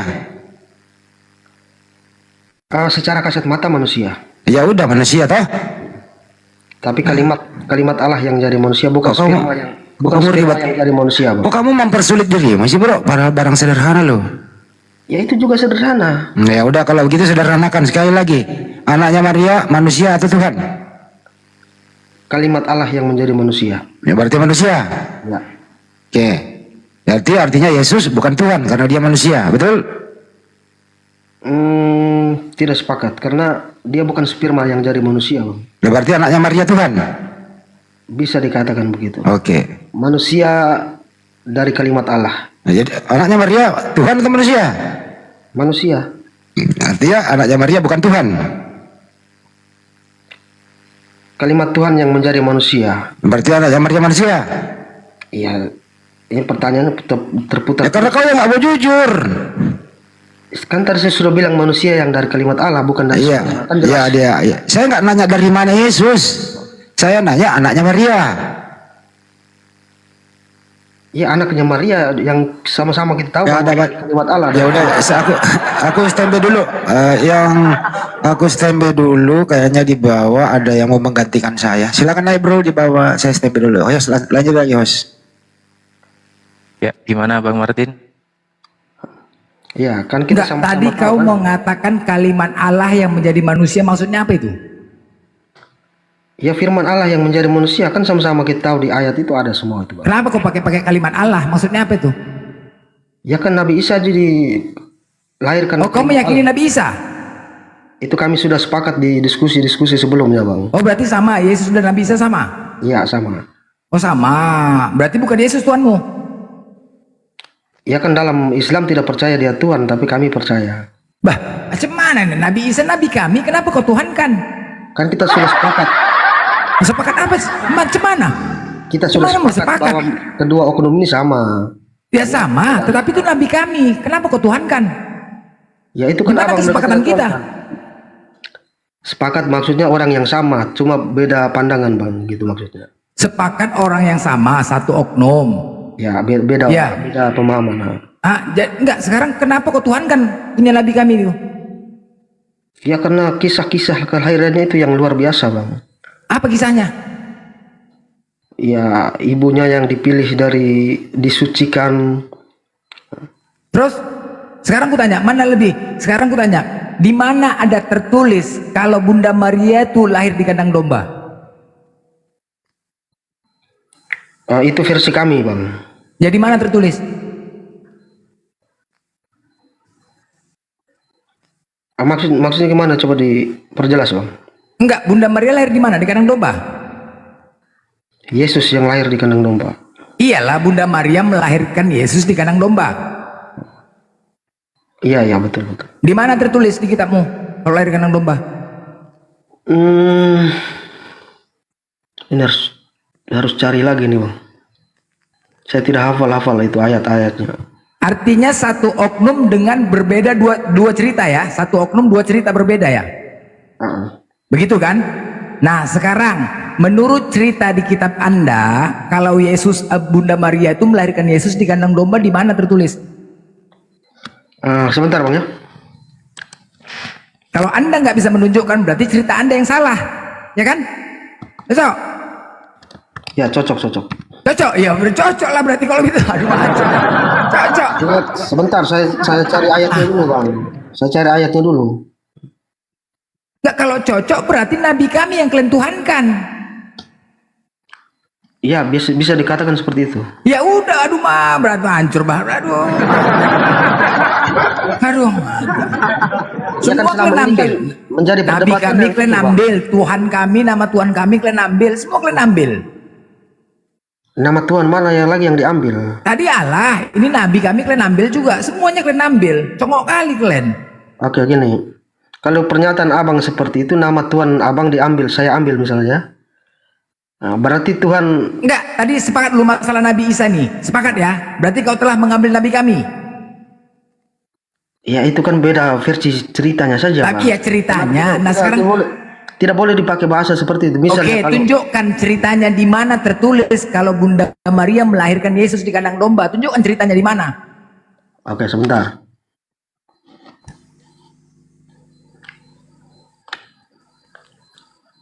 Kalau abang menuduh kami mengambil nama Allah itu, ya berarti sudah tidak usah dibahas lagi. Kemari dulu, Nabi Isa dulu, Nabi Isa. Assalamualaikum Ustaz Alif. Waalaikumsalam. Waalaikumsalam warahmatullahi wabarakatuh. Para guru semua hadir di sini, Gurunda dan Bang Andi, Ustaz Tata, Hai Kores. Lanjut semuanya. Hai Bleder. Waduh, ada pendeta. Lanjut.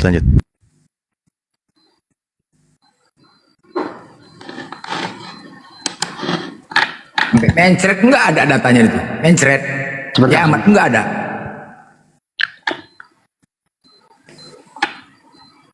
Enggak akan ada. Di kapan mau kau cari enggak akan ada. Nyari dalil apa sih? Kandang domba, Bunda Maria lahir di kandang domba. Ada dalilnya itu di foto kalau kata Hikores. Kalau lewat gambar ada. Gambar Maria di kandang domba itu ada. Tapi kalau di kitab tertulis nggak ada. Kalau nggak ada berarti cerita kalian karang-karangan kan begitu. Ya kan? Oh, teman-teman. Berarti yang benar siapa? Nabi Isa yang benar. Hah? Minta teman-teman di bawah bisa dibantu apa ayatnya. Aduh mak, hancur bang. Nggak akan ada. Jangan kau nangis, nggak akan ada. Jadi jelas ya, kalau kau tidak bisa menunjukkan dalilnya, jelas yang benar itu adalah Nabi Isa, bukan Yesus. Jelas ya? Sebentar bang, sebentar.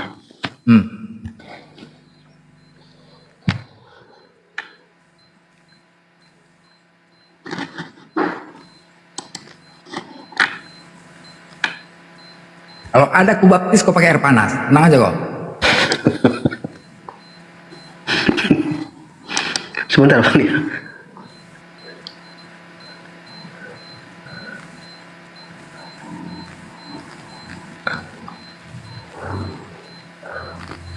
Ya, ini saya anggap diskusi ini kan sebagai media pembelajaran juga, bukan tempat untuk berolok-olok kan bang ya? Iya betul. Nah, Dari tadi kita diskusi sama children nggak ada yang olok-olok dia.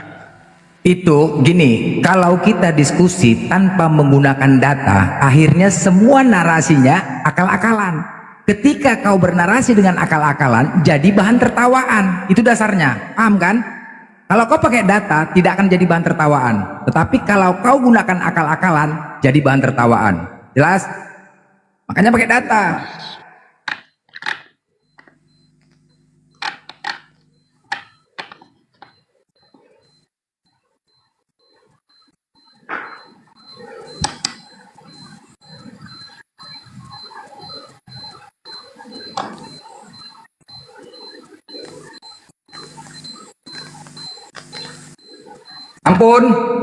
Ampunlah, nggak akan ada. Nggak akan ada, Martin.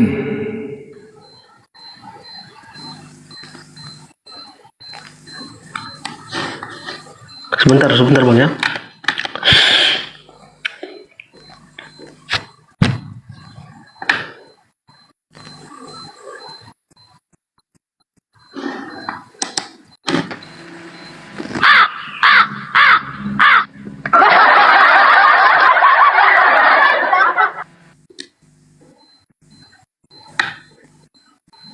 Nggak ada. Mau dicari sampai dimanapun nggak ada, Bang Martin.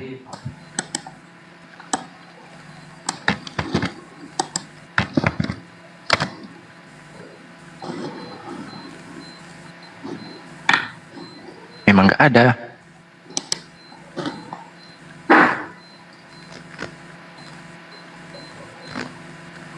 Kan ada. Lukas 2:6-7 bang. Lukas 2:6 ayat 6-7. Bacakan aja. Ketika mereka di Betlehem, tibalah waktunya bagi Maria untuk bersalin. Ia melahirkan seorang anak laki-laki, anaknya yang sulung.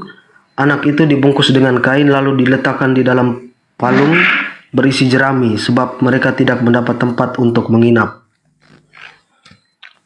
Palungan sama kandang domba sama nggak? Palungan yang berisi rumput. Ini mengarah ke Anda situ. tahu nggak palungan? Ya, palungan itu tempat makan apa itu kan? Oke. Tempat makanan hewan, ternak. Udah? Ya, Nah, ya. itu berada di kandang domba. Sekarang pertanyaannya, Bunda Maria kan lahir di kandang domba. Bukan di palungan, di kandang domba.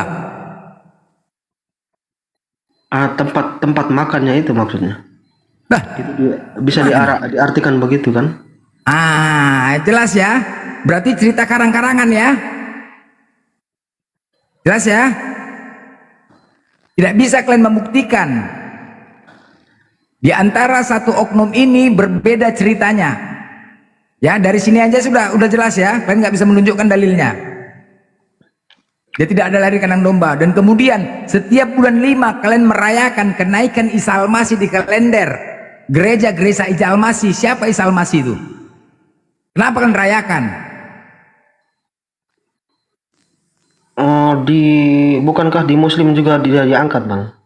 Hah? Bukankah di Muslim juga dia diangkat ke langit? Itu nggak ada kami rayakan. Sekarang kamu merayakan wafat Isa Al-Masih, kenaikan Isa Al-Masih. Siapa Isa Al-Masih itu? Iya, tadi kan kita sudah bicara soal kesamaan Yesus dengan Isa tadi. Ya, Ya, hanya Bapak menolak, kan? ya menolak lah. Ya makanya siapa Isa Al-Masih itu? Kenapa nggak kenaikan Yesus Kristus? Jadi Kenapa kalian rayakan?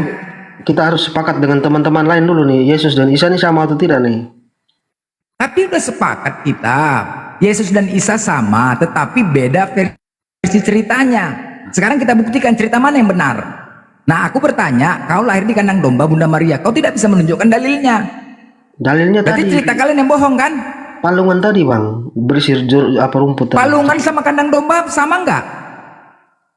Ya memang tidak disebutkan kandang domba, hanya mengarah ke Ya sana. udah, berarti kan nggak benar kalau begitu. Maksudnya gimana? Berarti yang benar Nabi Isa kan yang benar kan, bukan Yesus. Sepakat ya? Aduh. Sepakat? Kemudian nanti kalau kita bicara proses kelahiran Nabi Isa juga pasti nanti tidak logik juga. Tidak logik, akan dijelaskan sama Ustaz Alid tentang kelahiran Bunda Maria, Ibunda Maryam. Silakan Ustaz Alid.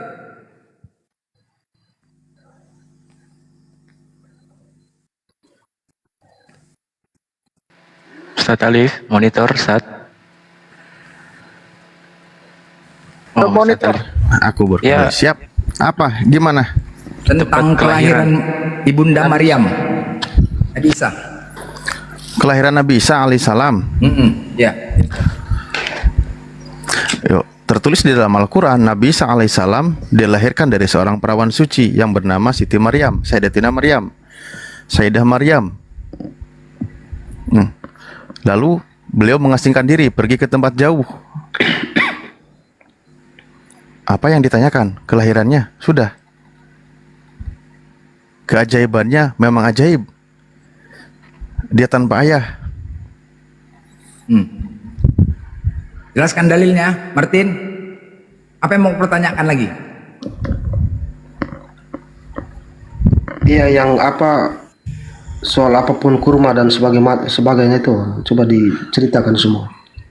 Oh, di tempat kelahirannya Nabi Isa alaihissalam yang dilahirkan oleh ibunya. Nah gitu dong, aku baru dengar pertanyaan yang jelas. Itu kan dikatakan ya, goyangkanlah pohon kurma itu sehingga ibunya memakan buah kurma, lalu untuk memudahkan persalinan, mengurangi rasa sakitnya. Nah ternyata tempat dilahirkannya Nabi Isa alaihissalam itu ada pohon kurma. Kan begitu. Loh, pertanyaannya, emang ada di wilayah seputaran Israel di Palestina itu ada kebun kurma, ada pohon kurma? Kan gitu. Ngomong-ngomong nih, orang Kristen pada tahu atau enggak? Maksudnya tahu apa, Bang, maksudnya? Ya, menurut Anda di daerah sana itu ada pohon kurma atau tidak? Saya belum pernah ke sana, jadi saya tidak berani menjawab, Bang. Oh ya, bukan harus ke sana. Sekarang kan media informasi. Nah, kalau Anda buka aja ya, googling dari situs dari informasi yang resmi, memang ada pohon kurma, bahkan diabadikan di sana juga ada pohon kurma dari zaman Nabi Isa. Itu ada. Bukalah beritanya, jangan hanya tentang tahu Yesus itu Tuhan aja, jangan gitu. Jadi memang ada faktanya, sejarah membuktikan bahwa ada pohon kurma justru dari zaman Nabi Isa alaihissalam gitu. Itu membuktikan kebenaran bahwa ketika Al-Quran menyebutkan ibunya menggoyangkan pohon kurma, memang pohon kurma itu ada di sana. Berarti waktu melahirkan Yesus itu, Nabi Isa itu sendiri, Bu, benar-benar sendiri, Bu. Ya, sendiri, dibantu oleh malaikat. Oh, iya. Maksudnya beliau itu yang mengabarkan, diperintahkan menggoyangkan pohon kurma sehingga buahnya jatuh. Makanya kalau di dalam Islam itu menjadi syariat untuk memudahkan proses melahirkan itu banyak diperintahkan makan buah kurma gitu. Jadi peristiwa buah kurma itu ada, memang fakta sejarah juga ada membuktikan. Nah, sampai sekarang tuh diabadikan. Bahkan kalau Anda buka di situsnya apa ya, BBC kalau nggak salah, memang ada pohon kurma dari zaman Nabi Isa, itu ada. Oke, terus apakah kalau di kami kan Maria punya tunangan itu kan, ayahnya Yusuf itu. Terus apakah di Muslim juga sama seperti itu atau tidak, Bang? Nggak ada. Nggak ada tunangan. Justru nggak ada. Kisahnya beliau ini punya tunangan itu tidak ada. Beliau itu memang seorang perawan yang suci. Beliau itu tidak menikah. Tidak dikabarkan pernikahan beliau. Nah, makanya di dalam Islam itu ketika Tuhan itu kan tahu, loh, ketika ada seorang perawan lalu hamil, bagaimana cara mengatasinya? Nah, di dalam Islam dijelaskan ketika dia dipertanyakan oleh orang-orang Yahudi waktu itu, bahwa dituduh engkau orang keluargamu, engkau dari keluarga terhormat, bukan keluarga perzina, bagaimana engkau memiliki seorang anak? Nah, ibunya Nabi Isa itu diam, cukup menuju kepada anaknya, bayi yang baru dilahirkan, sehingga solusi yang diberikan adalah bayi yang baru lahir itu bisa berbicara ketika dia berada di dalam buayan. Nah, jadi solusi di dalam Islam itu menyelesaikan tuduhan, menyelesaikan suatu kasus langsung sangat hebat. Langsung bayinya berbicara. Ketika bayi itu berbicara, maka orang itu nggak bisa ngapa-ngapain lagi. Ketika dia berkata, qala inni Abdullahi atani alkitab, bismillahirrahmanirrahim ya. Aku ini adalah hamba Allah, aku diberikan Alkitab dan aku dijadikan seorang nabi. Loh, tuduhan orang Yahudi itu kepada ibunya bahwa dia itu berzina, dia nggak bisa mengelak lagi. Orang anaknya udah bisa langsung bicara, ajaib bayinya, selesai perkara tuduhan itu. Kalau di Kristen itu kan menyelesaikan satu masalah dengan memberikan masalah yang lain. Untuk menghindari tuduhan kalau Maria berzina itu kan dihadirkan satu sosok tunangan yang bernama Yusuf, kan gitu. Iya. Nah, menyelesaikan satu masalah, menghadirkan masalah. Kenapa malah dibuatkan juga silsilah kepada Yusuf, padahal bukan anak Yusuf? Dibuatkan silsilah menurut anggapan orang, dia itu anak Yusuf, anak Eli, dan seterusnya. Kan gitu. Padahal itu kan sebenarnya anggapan orang. Dan juga dibuatkan sosok lain agar tidak dituduh berzina. Agar Maria tidak dituduh berzina, dihadirkan bapak buatan, apa ya bahasanya? Ya bapakan buat bapak angkatnya agar Maria itu tidak dituduh berzina. Padahal itu nggak menyelesaikan masalah, justru malah menambah ruwet permasalahan sampai dibuatkan silsilah. Bahkan satu perikop sendiri di Matius 3 itu sampai ke bawah, sampai akhir ayat silsilah sampai ke anak Adam, anak Tuhan, sampai ke sana terujung. Padahal itu silsilah nggak ada kaitannya gitu loh. Belum lagi masalah persisilan itu juga ada yang disembunyikan. Nah itu tapi lebih jauh lah pembahasannya, nanti panjang. Nah itu kalau di Islam itu justru ketika walaupun dia statusnya sebagai seorang nabi, utusan Allah, ciptaan Allah, tetap dia itu dihadirkan waktu itu penuh dengan keajaiban. Waktu bayi pun dia bisa berbicara. Lah di Kristen, Yesusnya udah dituhanin, waktu bayi nggak bisa ngomong, nggak menyelesaikan masalah itu. Tidak ada literaturnya di dalam Kristen kalau Yesus waktu bayi bisa bicara. Malah hebatan di dalam Islam, walaupun dia masih bayi dan dia bukan Tuhan, dia sudah bisa berbicara.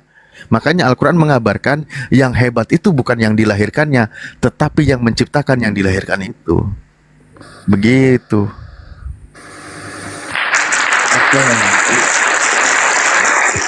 Itu kan versi abang kan. Banyak kalau mendengar cerita soal apa dia bisa berbicara saat kecil itu sepengetahuan saya itu ada satu Injil yang tidak dipakai lagi di dalam Kristen. Apa namanya Injil itu? Apokrip yang tidak dikanon, dia disisihkan, yang disembunyikan kan gitu. Bukan, dia dikatakan Injil palsu atau bukan, itu yang dibikin apokripa itu. Iya kan? Mengenai Yesus berbicara itu tidak diakui. Iya. Iya, yang tidak diakui itu apokrip namanya. Itu yang disembunyikan, yang tidak masuk di kanon menjadi standar keimanan Kristen. Itu yang nanti diperdebatkan lagi soal itu apakah benar atau tidak. Karena kami pun ada Injil Barnabas tidak salah yang kami anggap sebagai Injil palsu. Lah iya, buat Kristen itu kan nggak mau ketika ada yang mencatat sejarah bahwa Yesus itu ketika dikatakan bisa berbicara waktu lahir, waktu bayi, nggak mau diakui gitu. Ya, tapi silahkan, itu iman Anda, prosesnya dipilih. Tidak mau mengakui kalau Yesus itu bisa berbicara ketika dia berada dalam buayan. Tapi sebenarnya itu kan solusi kan. Tapi itu nggak mau diakui, disimpan. Tapi Al-Quran itu berdiri sendiri. Disebutkan di dalam surah Maryam dari ayat 28 ya sampai seterusnya. Nah itu dijelaskan, dia berbicara ketika di dalam buayan, ketika berada di dalam buayan ibunya. Kalau kami umat Islam, itulah firman dari Tuhan, yaitulah yang wajib kami imani, kami percayai. Justru itu hebatnya kisah di dalam Islam, ketika menyelesaikan satu masalah, walaupun dia statusnya sebagai nabi, tapi dia bisa berbicara ketika dia masih bayi. Kalau di Kristen udah dikasih tahu bisa berbicara masih bayi, malah ditolak. Padahal dia Tuhan, udah dituhankan, tapi dia nggak bisa berbicara dari bayi. Katanya firman, katanya sang firman. Tapi nggak bisa bicara waktu dari bayi juga. Gimana dong? Oke. Kalaupun ada ayat yang mencatat bisa bicara, ditolak. Ya sudah, deritanya sih memang. Ya, yang pasti bahwa Bang Martin, saya sapa dulu ini. Ada Bang Rekan. Bang Rekan, selamat malam Bang Rekan. Bang Rekan.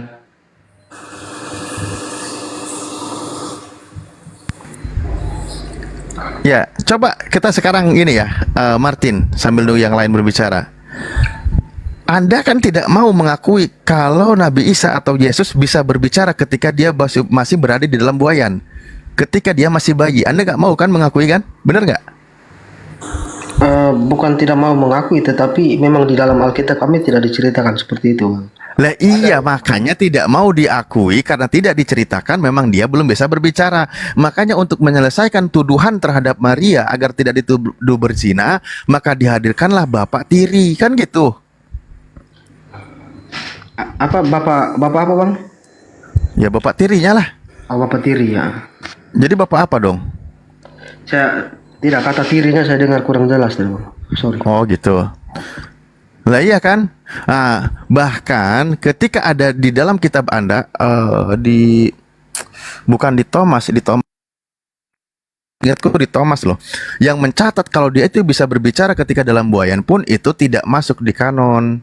Itu maksud tidak mau dimasukkan ke dalam Injil atau Bible yang di kanon, yang dijadikan sebagai keimanan Kristen. Kan gitu. Waktu pengkanonan waktu itu kan, ya mungkin seandainya tahu kalau nanti Al-Quran menceritakan itu mau dikanon juga, tapi udah telat. Salahnya, artinya memang justru ketika ada ayat ini di dalam Al-Quran di surah Maryam itu, mereka malah mempertanyakan kenapa, kan gitu ya. Ketika ditanyakan ya ukhta Harun makana abuki dan seterusnya, bahwa kenapa engkau bukan dari keluarga pezina gitu kan, tuduhan seperti itu ada, sehingga dituduh bahwa yang dilahirkan itu adalah hasil zina, maka anaknya yang langsung berbicara menyelesaikan permasalahan yang ada gitu. Kalau di cerita versi kami itu Bang, sampai Yusuf tunangannya sendiri pun meragukan dia, meragukan si Bunda Maria ini apakah dia sudah selingkuh atau segala macam. Tetapi malaikat datang dalam mimpinya untuk meyakinkan dia bahwa yang dikandung Maria itu dari Allah, bukan hasil dari zina gitu. Justru itu. Tahu Yusuf mimpi didatangin malaikat itu siapa yang cerita coba? Kalau menurut saya sih, tapi menurut beberapa sumber penulisnya belum diketahui kan sejarahnya. Tapi kalau menurut saya, kalau menurut saya pribadi bahwa orang-orang yang menulis ini diberikan kemudahan oleh Allah atau petunjuk oleh Allah. Enggak. Nah, pertanyaan ini kan Lukas itu melakukan penelitian di kitab Lukas itu. Ya, artinya dia diberikan kemudahan untuk memperoleh informasi itu. Lah iya, makanya informasi itu dari mana? Kapan Yusuf cerita kalau dia itu didatengin malaikat bahwa bayi yang dikandungnya itu dari Tuhan gitu loh. Itu kan seperti seolah dimasukkan bumbu-bumbu cerita sehingga dalam sebuah keluarga dibikin dramatis, romantis, atau ya begitulah, ada keraguan kayak gitu. Ya, kalau soal itu kan setelah Yesus naik ke surga kan dia mengirimkan Roh Kudus untuk menerangi para rasul dan muridnya itu, Bang. Untuk Macam mana pula? Diberikan kemampuan khusus lah kalau kita pakai Baru aja ngomongin Yesus di kandungan, kok sekarang langsung larinya terangkat ke surga? Iya kan, cerita ini kan semua ditulis setelah Yesus diangkat ke surga kan. Cerita yang Injil Matius, Markus, Lukas, Yohanes ini. Artinya setelah Yesus naik ke surga, dia mengutus Roh Kudus ke atas para rasulnya sehingga diberikan kemampuan lebih, bisa berbicara dalam bahasa Inggris, terus menyebarkan Injil. Lukas sendiri ketika membuat kitab Lukas yang tadi ada sebutkan di Lukas 2 dari 6 sampai 7 dan sebelumnya ketika proses pengambilan, itu Lukas melakukan penelitian, melakukan penyelidikan, mencari narasumber yang ditanya-tanyakan oleh Lukas, bukan dari Roh Kudus. Iya, fungsi Roh Kudus ini kan memberikan kemudahan, Bang, memberikan kemampuan khusus. Dari Lukas melakukan penyelidikan. Iya betul, maksudnya dia diberikan kemudahan untuk menjalankan itu, Bang. Kok malah jadi ke Roh Kudus ya? Gini, itu nanti pertanyaan itu sama saja dengan kisah penciptaan Nabi Adam dan Hawa itu siapa yang tulis? Yang versi mana? Versi Al-Quran atau versi Bible? Iya sama saja nanti, sama saja. Loh, kalau kami Al-Quran itu semuanya berdasarkan wahyu dari Allah. Ya, ayatnya ada, diturunkan oleh malaikat Jibril. Wahyunya disampaikan ke siapa? Kepada Nabi Muhammad SAW. Oh, jadi kisah penciptaan itu ada setelah Nabi Muhammad ada gitu, Bang ya? Kisah tentang Nabi Adam dari mulai proses penciptaan bahkan sebelum diciptakan itu dijelaskan oleh Nabi kami berdasarkan wahyu dari Allah yang disampaikan oleh malaikat. Oh gitu. Bukan dari penyelidikan yang dilakukan oleh Nabi kami. Bukan Nabi kami itu sekolah belajar kepada kitab-kitab orang Yahudi atau kemanapun, bukan. Tapi kalau kitab Lukas yang tadi saya sebutkan, atau kita berdasarkan pernyataan Lukas itu sendiri, Theophilus yang mulia, banyak orang telah berusaha menyusun suatu berita tentang peristiwa yang terjadi di antara kita, seperti yang disampaikan kepada kita oleh mereka yang dari semula adalah saksi mata dan pelayan firman. Karena itu setelah aku menyelidiki segala peristiwa itu dengan seksama dan asal mulanya, aku mengambil keputusan untuk membukukannya dengan teratur bagimu. Itu inisiatif Lukas sendiri, bukan karena bimbingan dari Roh Kudus. Dia melakukan penyelidikan sehingga informasi yang dia dapat dipulihkan. Salah. Dia pilih, dia terima, kumpulkan, lalu dia bukukan. Oke. Kisah tentang Nabi Adam, tadi abang katakan bahwa Nabi Muhammad yang menuliskan itu kan, menerima wahyu. Artinya bahwa saya anggap Nabi Musa, nabi-nabi sebelum Nabi Muhammad itu tidak mengenal Adam ini, gitu kan maksudnya? Anda ini mau menanyakan kisah Nabi Adam alaihissalam versi umat Islam yang dijelaskan di dalam Al-Quran. Ya tentu saya sampaikan. Yang disampaikan oleh Nabi kami yang tertuang di dalam Al-Quran itu berdasarkan wahyu dari Allah Subhanahu Wa Taala. Nabi kami menyampaikannya, Nabi kami menjelaskannya. Nabi kami sampaikan apa wahyu yang diterima dari Tuhan melalui malaikat. Oke, Bang. Dan Maksudnya semua gini. Al-Quran itu wahyu dari Allah, firman Tuhan. Jadi Dalilnya banyak, surah An-Nahl 102, di surah 26 ayat 193 dan seterusnya banyak itu. iya, iya. Jadi saya menyimpulkan begini dari penjelasan Abang, kan saya menyimpulkan begini. Nabi pertama ditulis oleh Nabi terakhir. Artinya sebelum Nabi terakhir ini termasuk Nabi Isa, Nabi Musa itu tidak mengenal si ada Nabi pertama ini karena ditulis oleh Nabi terakhir. Kan begitu logikanya. Gimana? Nabi Musa gimana? Nabi Isa, Nabi Musa tidak mengenal Adam. Itu premismu ya? Enggak, ini logika berdasarkan penjelasan Bapak karena yang menulis tentang Nabi Adam itu kan Nabi terakhir. Anda menanyakan maksud kisah begini, Nabi Adam dari Al-Quran. Tentu kami jawab versi Al-Quran. Ya, Kenapa Anda bawa premis tentang Nabi yang lain? Artinya saya buat kesimpulan bahwa Nabi sebelum Nabi Muhammad itu tidak mengenal Adam karena yang menulis tentang Adam Nabi terakhir Nabi Muhammad. Artinya kalau itu kesimpulanmu ya silahkanlah, itu kesimpulanmu kok. Ya. Karena nanti teman-teman yang mendengar juga bisa menyimpulkan itu karena yang menulis tentang Kau sendiri yang menyimpulkan. Berarti memang di dalam kitabmu nggak ada kisah Nabi Adam kan? Ada. Tetapi yang menulisnya itu yang kami percaya bahwa orang-orang yang diberi kelebihan atau dipilih Allah untuk menuliskan firman itu. Tapi kalau penjelasannya yang menulis adalah Nabi terakhir, saya menyimpulkan bahwa Nabi Isa, Nabi Musa dan Nabi itu tidak mengenal Adam. Karena ditulis oleh Nabi jadi kok jadi lucu ya? Kalau kamu gini, sekarang pertanyaannya contoh, apakah Nabi Musa mengenal kisah Nabi Adam atau menjelaskan kisah Nabi Adam? Kalau ada kisahnya, ya kami nggak ada masalah.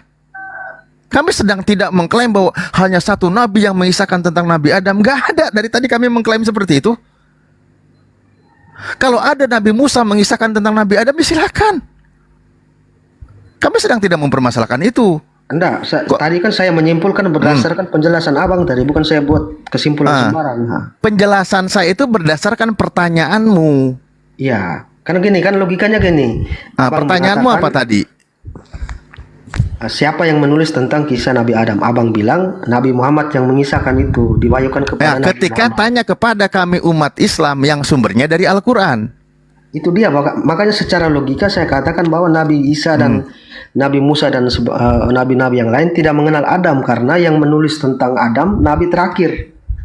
Itu kesimpulanmu. Ya oke lah, tidak apa-apa. Ya iya, saya nggak bilang begitu, itu kesimpulanmu. Kok jadi lucu?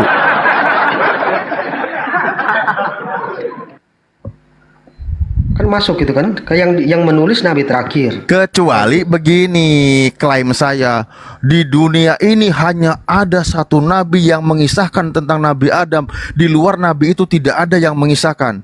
Kalau saya bilang hanya Nabi Muhammad yang mengisahkan Nabi Adam, boleh ambil tarik kesimpulan, berarti Nabi yang lain gak menceritakan. Masa kayak gini aja perlu saya jelaskan secara detail kalimatnya? Padahal ini semua berdasarkan dari pertanyaanmu juga. Tadi kalau Abang jelaskan begitu, tidak mungkin saya buat kesimpulan begini. Tapi saya penjelasan Abang. Aku lagi yang salah. Ustaz, izin sebentar Ustaz, izin sebentar ya. Lanjut. Izin sebentar. Kau dari tadi membawa-bawa tentang Nabi Adam ya. Di kitabmu Kejadian 2:17 tentang Nabi Adam, tetapi pohon pengetahuan tentang yang baik dan jahat itu janganlah kau makan buahnya, sebab pada hari engkau memakannya pastilah engkau mati. Pertanyaannya, waktu Adam dan Hawa memakan buah itu, apakah mereka sudah punya keturunan? Belum Bang. Belum, berarti mati. Kalian keturunan siapa? Hah? Hancur kau, mau bapak Adam kau kan? Hancur kau. Ya. Berarti kalian keturunan apa? Kalau Adam udah mati, jelas? Pertanyaan itu kemarin sudah dijawab langsung oleh. Nah, sekarang mati di sini. Kau dari tadi mancing-mancing tentang Adam. Jelas ya? Ya, itu Bang Suma. Sekarang pertanyaannya, apakah Adam dan Hawa makan buah itu? Tanya di Bang Suma, Bang, nanti tidak bisa menjelaskan. Enggak, apakah Adam dan Hawa makan buah itu? Makan. Mati. Yang dikejar, yang Habis, dikejar dari dah. kami kan. Habis cerita udah. Keturunan siapa kalian? Lanjut Ustaz. Pertanyaan itu kemarin sudah saya tanyakan langsung ke Bang Suma. Si Martin ini bukan keturunan, tapi dia tanjakan. Adalah. Dari tadi kau bahas-bahas Adam. Mana-mana pertanyaanmu. Jelas kan? Jelas. Nah, sekarang kalau dikorelasi tentang kitab kau, di kitab kau dinyatakan ketika makan buah pengetahuan itu Adam dan Hawa mati. Nah, versi Al-Quran tidak mati. Versi Al-Quran tidak mati. Paham? Itu baru pertanyaan, nyambung. Kau tak kemana-mana nyambungnya. Jelas ke Martin? Nangis. Saya lupa hidupkan mic. Saya jawab tadi Bang, sorry. Mic-nya saya matikan. Pertanyaan seperti itu kemarin kan saya sudah tanya langsung ke Bang Suma soal mati itu Bang. Nah, jadi Bang Suma juga mengatakan itulah jatuh ke dalam dosa. Jadi kalau abang juga mengatakan itu mati, ya abang debat sama Bang Suma saja lah. Debat sama Bang Juma. Mana sih? Macam mana ya? Assalamualaikum warahmatullahi wabarakatuh, Bang Ardi. Waalaikumsalam warahmatullahi wabarakatuh. Tadi Bang Handi host. Waalaikumsalam warahmatullahi wabarakatuh. Ustaz pernah lanjut. Habis nguras energi, Bang Ardi masih lanjut juga ini. aku lanjut aja. Aku nitip tidur di sini ya, jangan diturunkan. Lanjut. Iya. Tim, tadi kan Bang Blender ngomong gini. Tadi Bang Blender ngomong gini, di Bible-mu itu kalau Adam makan ilmu pengetahuan itu mati. Itu loh, itu kan yang terjadi di Bible-mu. Setuju nggak tuh? Kemarin itu topiknya yang sama, ini sudah saya tanyakan langsung ke Bang Suma Bang. Saya ulang lagi. Kalau Adam makan buah pengetahuan itu mati. Berarti kata mati itu kan begini Bang, kata mati itu kan berkaitan dengan dosa. Bukan langsung itu. Jadi nggak mati beneran. Ya dosa, kita pahami bahwa dosa. Mati artinya dosa. Mati itu artinya dosa, Pak Blender, bukan mati beneran. Nah, kalau abang protes itu ke saya, silakan protes ke Bang Suma, karena Bang Suma kemarin juga bilang begitu dong. Masa saya yang disalahkan saja? Salahkan Bang Suma dong. Nggak mungkin lah Bang Suma jawab mati itu adalah dosa, nggak mungkin. Ya coba, Bang Suma sudah turun. Jadi pengertian mati menurut kamu apa? Pengertian mati? Jatuh ke mati dalam adalah yang berdosa itu pasti mati. Enggak terlalu. Mati adalah Tewas. Kehilangan nyawa. Kehilangan nyawa. Baik. Waktu Adam makan pengetahuan itu, Adam kehilangan nyawa atau bagaimana? Jatuh dalam dosa. Karena dosa yang berdosa itu mati itu. Berarti nggak mati, cuman dosa gitu. Ya, jatuh dalam dosa yang kami tangkap. Jadi mati adalah akibat dari dosa. Ya sudahlah. Siap dan di Kejadian 3 ayat selanjutnya ayat 6, ketika iblis berubah menjadi ular, dia menggoda Hawa. Apa kata iblis? Hei Hawa, kau makan aja buah itu, percayalah kau kata-kataku, kau nggak akan mati seperti yang dikatakan Tuhanmu, kau nggak akan mati. Nah, pertanyaannya, kalau misalnya Adam dan Hawa tidak mati, berarti pernyataan iblis yang benar, bukan pernyataan Tuhan. Coba. Gimana? Sekarang mati atau tidak Adam dan Hawa? Coba sekali lagi. Coba diulang lagi sekali. Di situ iblis mengatakan, menggoda Hawa. Kau tenang aja, kau tidak akan mati. Ketika kau makan buah itu, kau tidak akan mati, kata iblis. Kau tidak akan mati, kata iblis. Nah, sedangkan Tuhanmu mengatakan mati. Sekarang pertanyaanku, Adam dan Hawa mati atau tidak ketika makan buah itu? Mati dalam pengertian berdosa, Bang, maksud pengertian. Aduh, jangan mati. Mati itu tidak. Mati itu tidak. Pastilah kamu mati saat itu juga. Itu artinya pada hari kau memakannya, pastilah engkau mati. Ya, berdosa itu maksudnya, Bang. Apa pula mati sama dosa kau samakan? Enggak aja, matilah, tewas, meninggal. Mananya? Jangan kau sama-samakan, jangan kau tambahin firman Tuhan itu, jangan kau ngarang-ngarang. Mati. Pertanyaanku, mati nggak Adam dan Hawa? Kalau mati secara fisik tidak, tapi yang kami pahami bahwa mati Secara itu fisik diartikan sebagai dosa. Kayak mana? Jatuh Rupanya dalam ada dosa. mati rohani. Ada. Bukan, kata mati itu kami pahami sebagai jatuh dalam dosa, Bang. Yang Apa pula menyebabkan di manusia mana mati. lah kau ngarang-ngarang itulah. Bodoh, kalau mati ya matilah. Berpisahnya roh dengan jasad. Itu mati kan? Iya, tidak apa itu kan pengertian Abang itu termasuk. Di mana tertulis mati itu adalah dosa? Ya mati itu kan akibat dari dosa, bukan. Ya di mana tertulis mati itu adalah dosa? Waduh, di mana tertulis? Kemana kau rujukannya itu mati adalah dosa? Kalau diikuti itu berarti Yesus mati karena dosa. Dosa dong Yesus enggak mati. aja. di tiang Ya salib. dosa manusia, Bang. Dia menebus dosa manusia, betul. Aduh. Hai. Berarti Yesus berdosa. Dia Yesus menebus berdosa. dosa manusia, dia menebus Berarti dosa. Tuhanmu berdosa, makanya dia mati. Dia menebus kesalahan manusia. Enggak, Tuhanmu berdosa, makanya dia mati. Dosa itu dosa manusia dilimpahkan kepadanya. Astaga, tadi mati kau bilang dosa. Cemananya kayak ini? Ya kan jelas dia menebus dosa manusia. Enggak ada urusan menebus. Mati adalah dosa, benar? Ya, Benar? Berarti Tuhanmu mati karena berdosa. dia menebus dosa-dosa manusia. Aduh, hancur kali. Hancur. Hancur. Hancur gimana kan bahasa kami dari dulu begitu kok hancur. Alamak ya. Hancur. Inilah kalau Batak kalian maco. iman dulu baru akal. Beginilah. Konsep kalian iman dulu baru akal ya? Ini coba kita dengar dia bilang. Justru Yesus mati itu karena dosa-dosa manusia dilimpahkan kepada Yesus. Kan gitu Martin. Tadi kau bilang. Iya, betul sekali. Berarti Yesus menjadi pribadi yang berdosa, kan gitu. Iya. Bisa dikatakan begitu, Bang.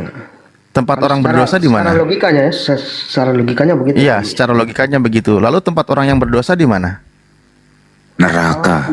Dalam pemahaman kami Yesus menebus dosa, ini yang menebus dosa. Kemana-mana lagi.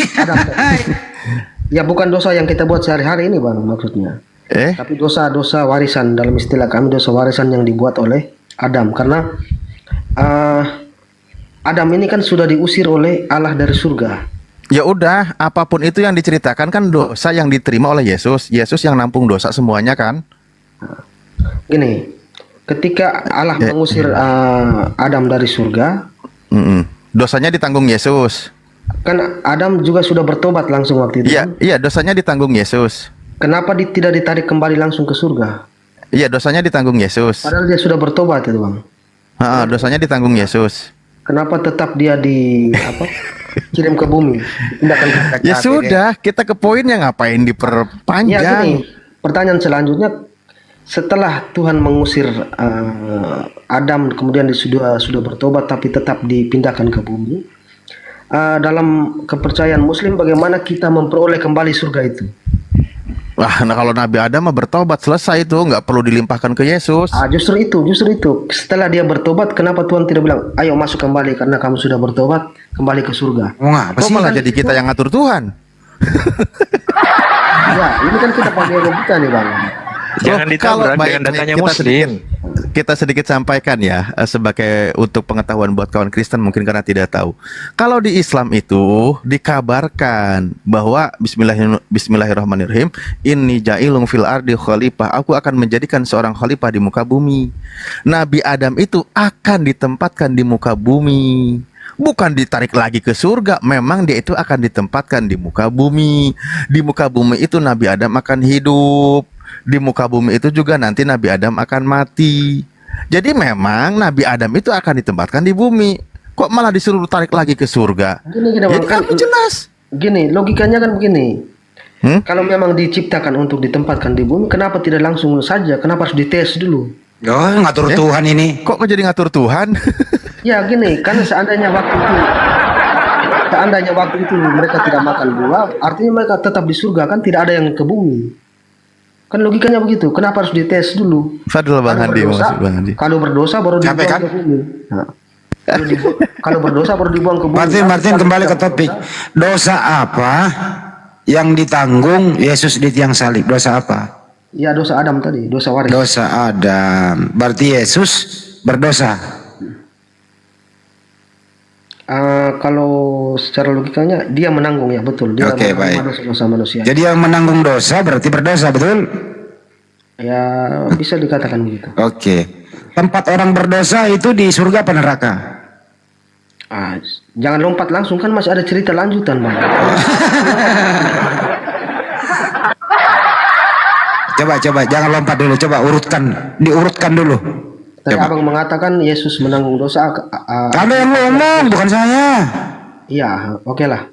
Anda yang ngomong loh, kok saya? Anda yang ngomong Yesus menanggung dosa, artinya Yesus berdosa.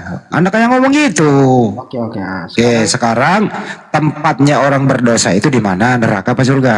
Oke, akhirnya karena dia menanggung dosa, akhirnya akibat dari dosa itu dia mati kan? Terus, jadi Yesus mati dalam keadaan berdosa, menanggung dosa manusia. Ya, jadi Yesus mati. Taruh dulu, Yesus mati dalam keadaan berdosa. Kirain berdosa. Oke, sekarang ini. Jadi orang yang mati dalam keadaan berdosa, tempatnya di neraka. Oke, sorry. Kok dia oke? Nah, itu abang sudah lompat ceritanya. Ya, coba jangan lompat, coba mundur, silakan. Jadi setelah Yesus mati, hari ketiga kemudian bangkit. Mati itu kan artinya iblis menang kan? Iblis menang di situ, kita anggap saja iblis menang karena Yesus mengalami kematian. Dari rencana iblis yang awal dia mengalami kemenangan, kemudian akhirnya Yesus mati kan gitu. Disinilah Allah itu mau menunjukkan kepada seluruh umat manusia bahwa Dia itu besar, menunjuk kebesaran kepada manusia bahwa Allah itu maha besar. Dengan cara apa? Dia mengalahkan kematian itu sendiri.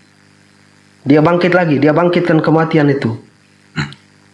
Oke, coba kau ulangi lagi tadi yang kau omongin, siapa tahu enggak beda lagi. Coba ulangi sekali lagi. Ya. Kita anggap bahwa kematian Yesus itu adalah kemenangan iblis. Kemenangan iblis. Ini kau ngomong terus kau bantai sendiri loh. Coba ulangi lagi. Coba ulangi lagi. Kita anggap kematian Yesus ini adalah kemenangan iblis kan? Oke. Iblis yang menang nih. Tapi tidak sampai di situ. Disinilah momen di mana Allah itu mau menunjukkan kebesarannya kepada manusia bahwa kematiannya itu bisa ia kalahkan. Dia bisa mengalahkan iblis. Cukup? Makin kacau ya logiknya. Gak apa-apa. Jadi Yesus itu tadi mati dalam keadaan berdosa. Nggak dengerin dulu. Yesus mati. Iya, kan menanggung dosa artinya dia berdosa. Tadi Anda ngomong gitu. Nah, pertanyaannya dengarkan dulu.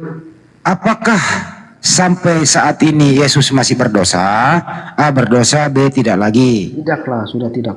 Tidak lagi. Di manakah dengerin dulu kalau tidak. Di manakah Yesus? Ya, dosanya hilang. A di dalam kubur, B di atas kuburan. Ya, waktu Allah membangkitkan dia. Berarti di dalam kubur. Ya, bisa jadi ya. Betul. Bisa jadi. Jadi ada pelepasan dosa di dalam kubur. Ya. Oke, siapakah yang melepaskan dosanya Yesus di dalam kubur? Allah. Siapa itu Allah? Sampai sekarang saya belum pernah melihatnya, Bang. Terus kenapa kamu ngomong? Nanti pertanyaan siapa nih? Pertanyaan yang sama saya arahkan ke abang. Berarti kau pernah melihat Tuhan ini? Tapi sekarang belum pernah melihat. Berarti pernah melihat Tuhan kau? Hancur kali, Pak. Pertanyaan saya balik ke abang. Abang sudah pernah lihat Tuhan atau belum? Kenapa abang ngomong? Bang Blender, yang pernah lihat Tuhan itu Batak Maco. Ini pernah lihat Tuhan dia. Oh iya. Ya Batak Maco. Coba. Begini Bang ya, kalau Ntar dulu kita lihat dulu nih Batak Maco mau memperlihatkan Tuhan. Coba tanya. Bang Batak, monitor. Tapi sambil nunggu dia ngomong, kalau si Batak Maco ini milih hidup di dunia, udah ketemu dengan Tuhannya di surga, katanya malah dikasih kesempatan hidup di dunia, milih hidup di dunia lagi, susah lagi. Padahal enaknya di surga ya, udah seneng ya. Ngapain balik lagi ke dunia ini? Dia mau jalan-jalan di dunia. Batak Maco pernah sepi katanya sendirian. Iya. Pernah melihat Tuhan, Bro? Bro. Iya. Pernah melihat seperti apa itu? Seperti apa modelnya? Hah? Seperti apa modelnya? Seperti manusia. Oh, seperti laki-laki. Iya. Rambut panjang apa cepak? Bang Andi, saya Diam dulu Martin, lu diam dulu. Ini orang mau menerangkan Tuhannya kok. Enggak, saya kasih. Entar dulu Martin, jangan ganggu dulu, diam dulu, rehat dulu napa. Ini lagi hujan. Ya, rambutnya itu panjang apa cepak?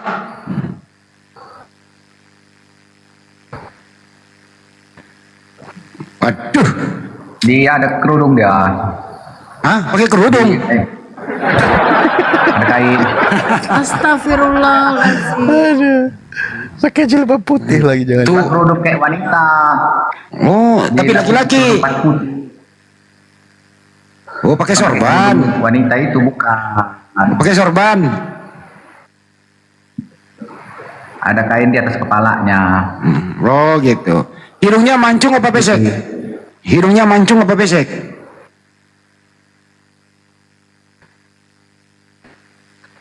Sedang. Waduh, apa ini? Enggak Ada yang bisa ada yang bisa menerjemahkan? Cuma 1 detik. Oh, 1 detik. Kamu melihat Tuhan itu dalam keadaan kamu lagi ngopi atau dalam keadaan lagi tertidur?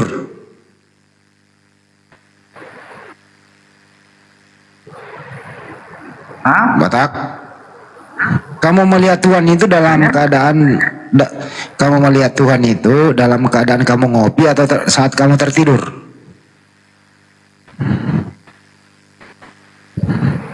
Setelah aku kecelakaan. Waduh. Kecelakaan apa? Kecelakaan motor dengan mobil. Saya bawa motor. Oh, kamu pingsan waktu itu? Mati. Dia nggak orang. Oh, udah pernah mati ini. Aduh. Waduh. Ini aduh. Ini kayak Yesus ini pernah mati hidup kembali nih. Waduh. Berapa hari kau mati hidup lagi, bro? 3 hari? Hah? Cuman bentar ya, secepat. Nggak tahu, udah pakai berhari-hari lah. Kira-kira berapa jam? Nggak berhari-hari. Berapa jam? Nggak pakai jam, aku udah nggak lihat aku jam. Oh, gua paham. Kau mati timun suri ya? Apa? Mati timun suri? Iya, mati suri. Oh, mati timun. Mati timun dia. Mati suri. Oh, mati suri. Ya, ya, dalam keadaan kau mati kau masih bisa melihat Tuhan gitu ya?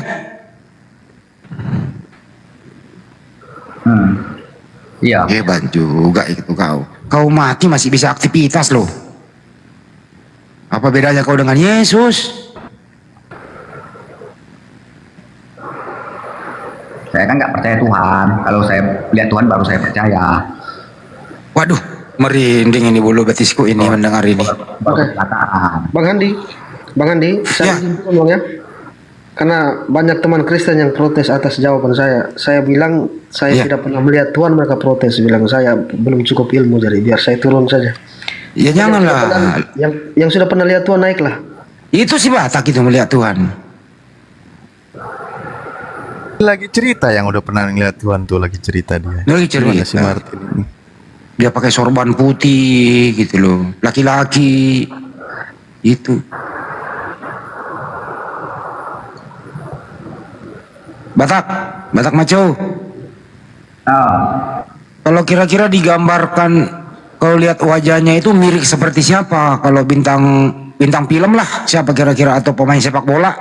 Kira-kira mirip siapa? Cuma 1 detik, gua tuh keluar cahaya. Oh, nggak ada wajahnya? Ada wajahnya cuma 1 detik. Ya, seperti siapa kira-kira? Kayak artis kah, kayak atlet kah gitu? Kayak siapa? Cuma 1 detik. Cuman 1 detik. Langsung ada cahaya. Apa mirip dengan CR7? Cristiano Ronaldo? Enggak. Enggak lah. Mirip siapa ya kira-kira ya? Kante. Wajahnya cuma 1 detik. Kalau lama iyalah. Ini cuma bentar kok. Kayak bom-bom enggak? Kayak bom-bom? Enggak.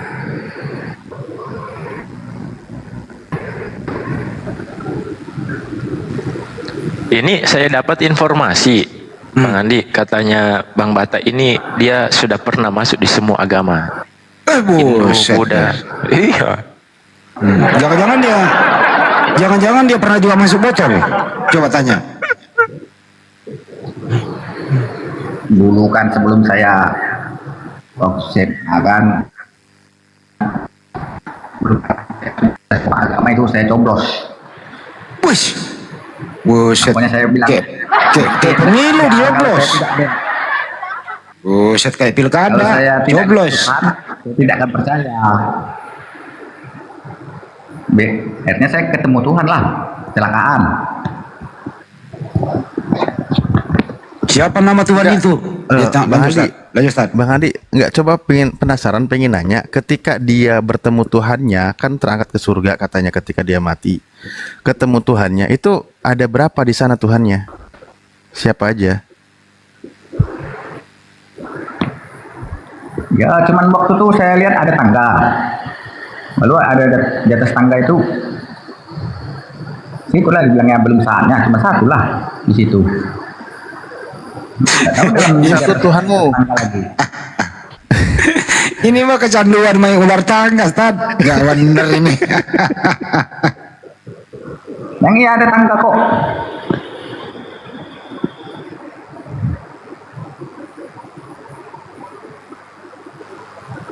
Ah, lu mah kecanduan main ular tangga, lu nggak bener lu. Bukan ular tangga. Di situ ada tangga di atas. Di atas bukit itu ada tangga. Bang Bata, kita jawabnya hati-hati. Kalau kita jawab Dari sudah- mana kau tahu dia kalau itu Tuhan? Dari mana kau tahu? Ya kan saya bilang kan sebelum saya kecelakaan itu kan saya bilang saya berikhtiar. Kalau saya tidak ketemu Tuhan, saya tidak percaya. Kalau saya bertemu Tuhan baru saya percaya. Bertemu Tuhan, kau berikhtiar. Jadi, enggak, waktu ketemu Kalau tuh saya ada nggak dia ngomong aku baru Tuhan? saya percaya. Ada nggak dia ngomong aku Tuhan? Apa? Ada nggak dia ngomong waktu bertemu tuh aku Tuhan? Saya lihat, saya yang ngomong, saya percaya Tuhan di situ. Loh, Karena sudah. maksudnya enggak, waktu kau jumpa, ada nggak Tuhan itu ngomong aku ini Tuhan gitu, ada? Kan saya di situ ngomong, baru saya percaya dengan Tuhan.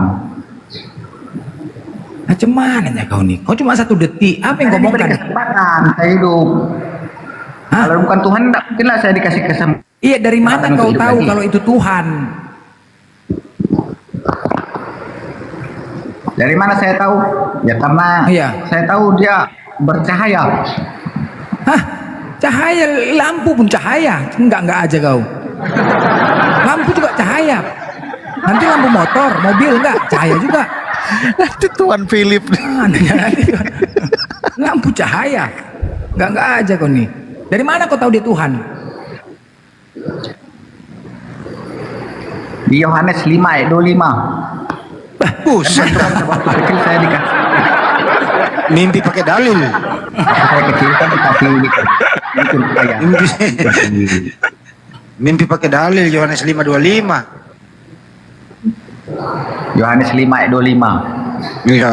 Sesungguhnya saat akan tiba dan sudah tiba bahwa orang-orang mati akan mendengar suara anak Tuhan dan mereka mendengarkannya akan hidup. Enggak ada lampu di situ.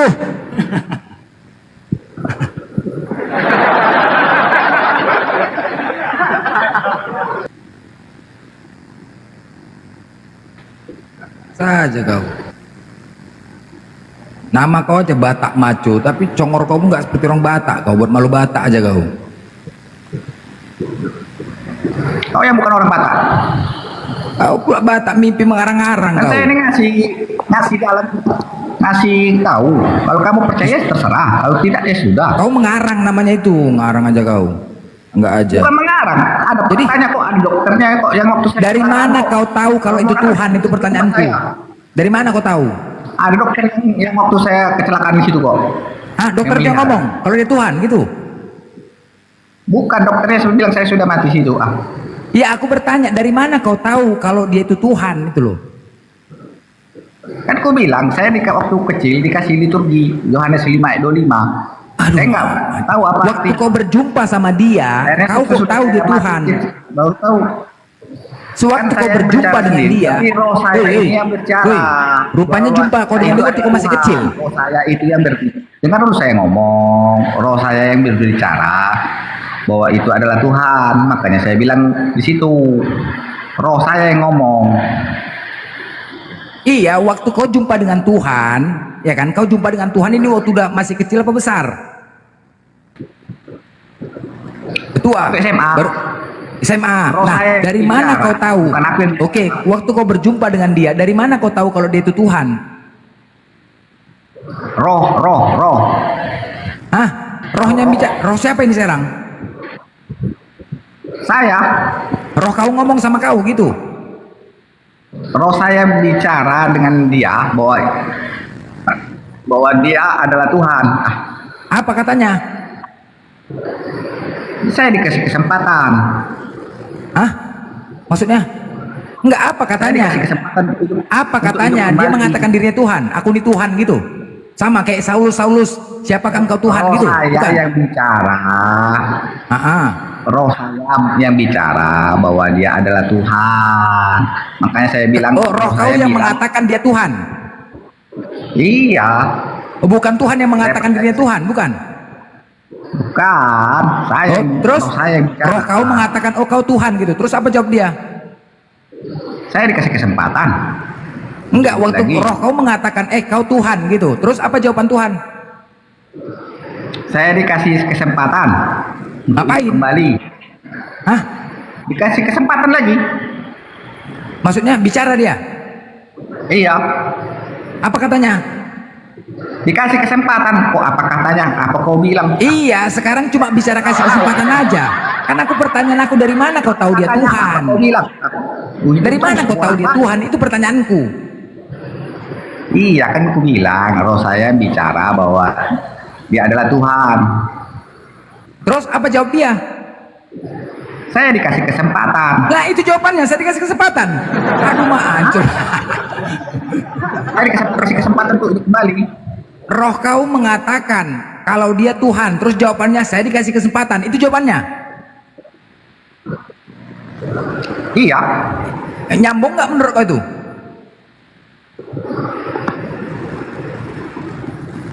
Hah?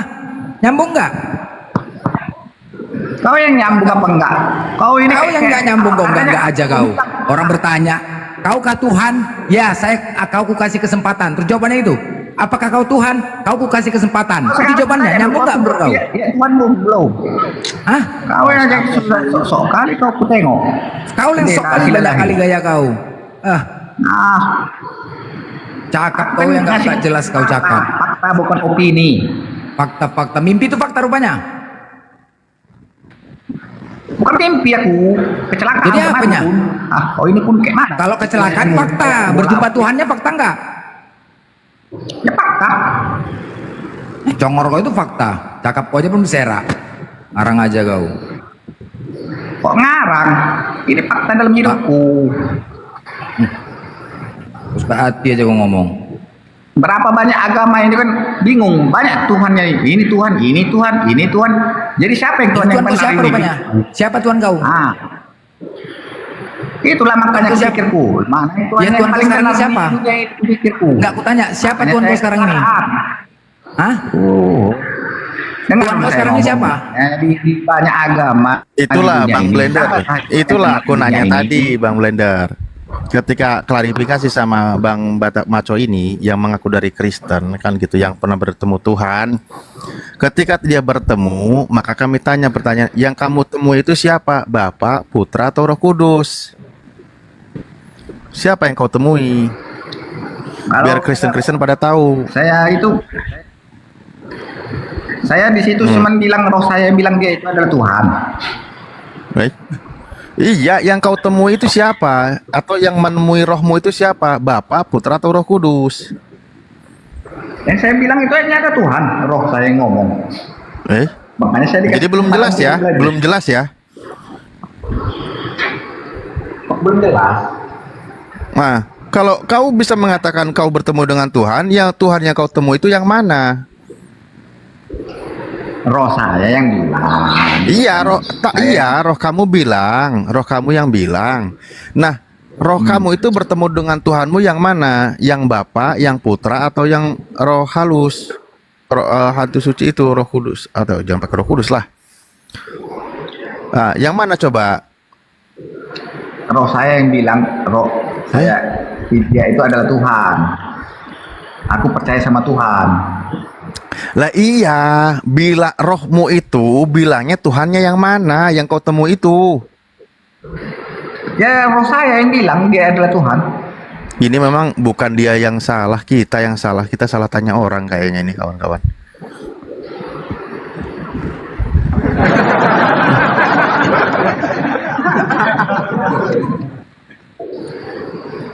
Aduh, kau ganti nama kau tuh. Batak maco, congor kau pun kayak gitu. Malu Batak aja kau. Kau aja sudah sok kali kau belum pernah kau mati. Murku pula kau bicara. Silalahi. Kau buang air di mulut kau itu. Murku pula kau bicara. Kalau kau mau apa, mati dulu kau. Baru kau bisa bicara yang seenak-enak kali kau. Kalau kau enak aja kau suruh aku mati. Udah gila kau. Kau yang ngatur mati rupanya. Siapa yang ngatur mati? Kau yang ngatur mati rupanya. Tenang aja kau. Baru kau bicara tentang Tuhan. Itu baru hebat. Kita belum pernah mati, tapi mau bicara tentang Tuhan itu kan belum hebat berarti. Apa hebat kau rupanya? Apa hebat kau? Mati dulu kau tuh baru bicara tentang Tuhan. Baru kalau kau sudah mati. Berapa lama kau mati? Berapa lama kau mati kalau kau memang betul-betul mati? Berapa lama? Mati aja nggak tahu kau berapa lama kau. Saya nggak bawa jam.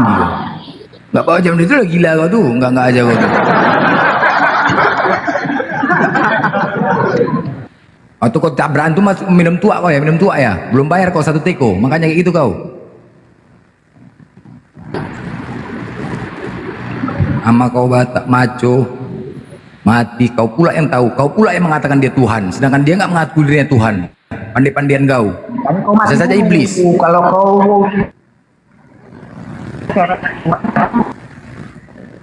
kau ajak aja keluarga kau mati, jangan aku yang kau ajak mati, bodoh. Enggak aja kau.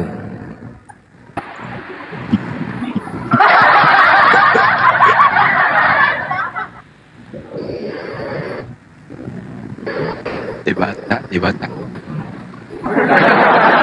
Udahlah, kayaknya nggak ada edukasinya juga sama dia. Cukup aja dia itu kawannya Luga yang udah bolak-balik ke surga itu. Kemarin waktu ketemu Luga cocok itu. Reunian dia. Kalau kita kayaknya nggak nyambung. Kembali aja lah. Hehe, Martin. Untuk teman-teman Kristen yang di bawah yang komen-komen ketika kalau saya jawab saya sudah pernah melihat Tuhan, bagaimana dengan perkataan Yesus sendiri Allah Bapa itu tidak bisa dilihat? Jangan buat saya makin bingung di atas ini, teman-teman.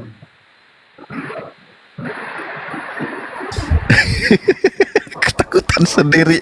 Enggak, kita belum mulai loh. Santai aja kawan-kawan Kristen. Santai aja. Yang penting kan kita pakai dalil kalau bicara gitu loh. Ya. Karena teman-teman kalau Bang Batak Maco ini nggak masuk kita ranahnya, nggak masuk itu. Terlalu tinggi itu halunya. Ya, kita lanjut aja. Tadi sampai mana ya Bang Martin ini ya? Tadi Martin juga pernah ketemu Tuhan? Tadi kan saya jawab terakhir dia belum pernah melihat Allah itu sendiri. Belum pernah melihat. Jadi memang belum pernah bertemu dengan Tuhan ya? Iya.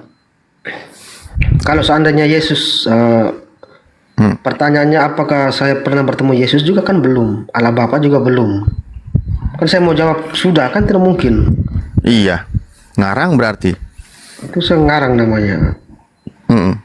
Gampang bang, kalau mau ketemu mati dulu. Nanti balik lagi setelah 3 hari. Ya tadi kan saran Bang Batak Maco kan gitu. Mau ketemu Tuhan mati dulu, nanti balik lagi. Cerita gitu kan. Aduh, tadi sama Bang Martin ini sampai mana ya tadi? Lupa aku jadinya. Ya, kecuali pertanyaannya, apa kamu mengenal Yesus atau Allah? Itu ya saya kenal lewat ajaran-ajaran itu. Tapi kalau melihat kan belum sama sekali. Terus saya mau jawab apa lagi? Iya. Kamu kenal Yesus? Ya kenal bang. Nah, siapa si Yesus yang kau kenal itu? Kalau berdasarkan kisah kelahirannya, dia kalimat Allah yang sudah pasti beda dengan manusia lainnya. Oke, seperti yang pernah Pak PDT bilang, kalau kau kenal Yesus, apa zodiak Yesus?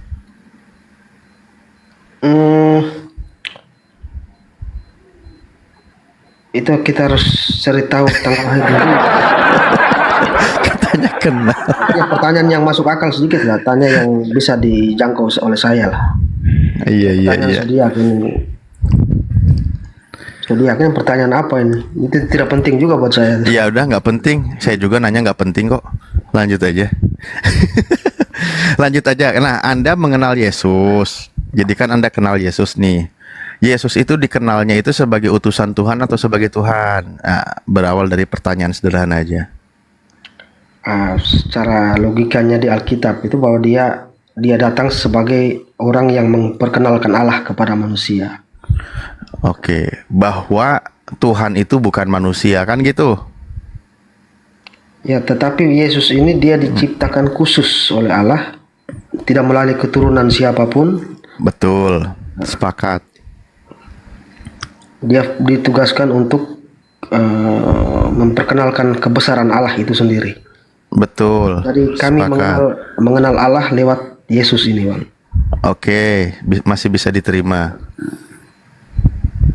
Jadi Yesus itu hanya ciptaan Tuhan yang mengenalkan Sang Maha Pencipta itu dan beribadah kepada Sang Pencipta itu bukan untuk menuhankan Yesus.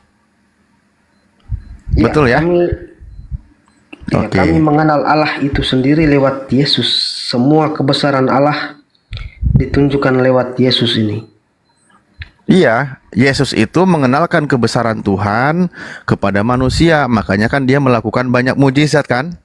Iya.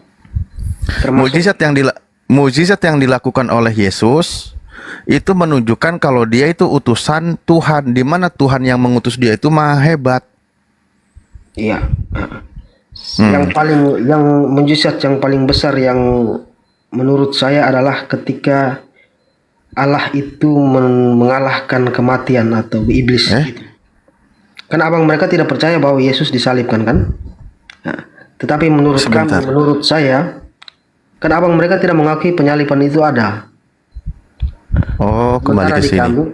Sementara di kami bahwa kematian Yesus ini juga merupakan satu proses di mana Tuhan mau menunjukkan dia itu sanggup mengalahkan iblis atau kematian. Oke, saya punya pertanyaan jadi ingat di sini.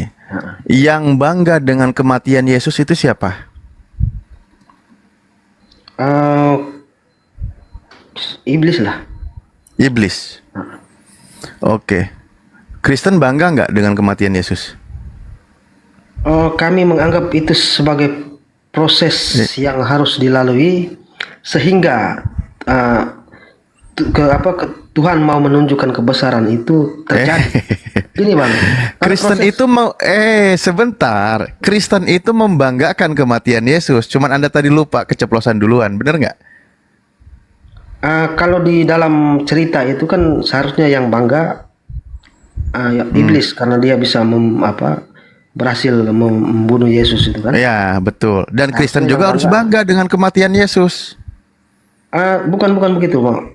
Itu Ya? kami menganggap Justru bahwa jadi Anda nggak setuju? Anda tidak bangga dengan kematian Yesus? gini, saya jawab pakai hati nurani, Bang ya. Saya jawab pakai hati nurani. Kalau orang dibunuh kan pasti kita tidak setuju, kita sedih dan sebagainya.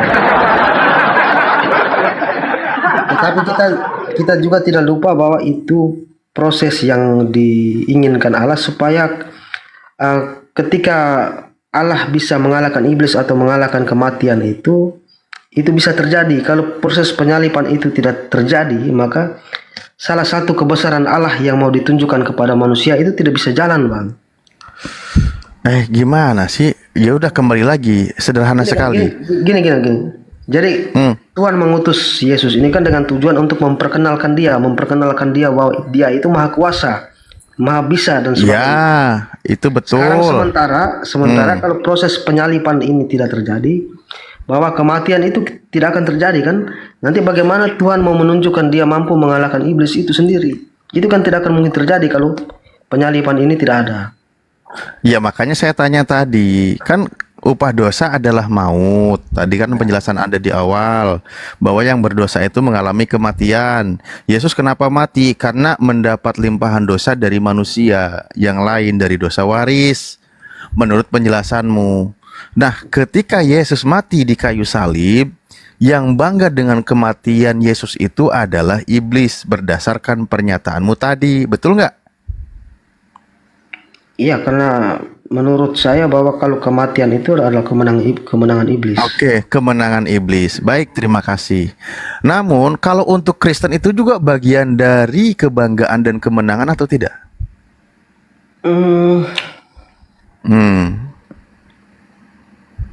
Kalau secara hati nurani tidak, Bang. Tapi kalau melihat dari proses rencana Allah, saya tidak bisa katakan bangga juga sebenarnya, tapi ya mau tidak mau itu harus terjadi, Bang. Iya, harus terjadi, harus diakui bahwa apa yang Anda imani secara nurani Anda menolak, oke? Secara iman Anda sejalan dengan iblis. Iya, begini, bukan sejalan dengan iblis, semuanya tetap dari rencana Allah. Tidak bisa dibuat. Iya kan? Loh, kematian Yesus itu adalah kebanggaan bagi iblis. Namun, secara akal sehat itu ditolak. Tetapi sebagai seorang Kristen yang mengimani juga menjadi sebuah kebanggaan. Artinya iman Anda itu sejalan paralel dengan kebanggaan iblis. Anda tidak seperti itu. Karena kami menganggap proses itu biar kekuasaan Allah itu bisa diketahui oleh manusia. Karena kekuasaan Allah paling besar itulah ketika mampu mengalahkan iblis yang dia ciptakan. Jadi Anda setuju atau tidak kalau Yesus itu mati di kayu salib? Ya, setuju. Nah, setuju. Berarti Anda setuju juga dengan kebanggaan iblis karena dia sukses membuat Yesus mati di kayu salib?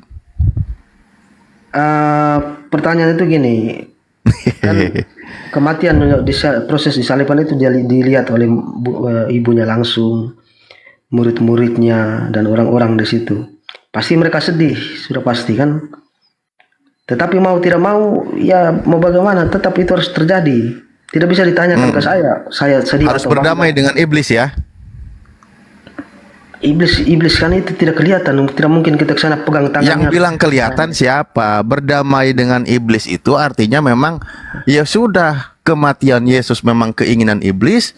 Kristen juga harus mengimani Yesus mati karena Yesus mati di kayu salib sebagai karya terbesar untuk Kristen untuk menebus dosa dunia atau dosa manusia, kan gitu.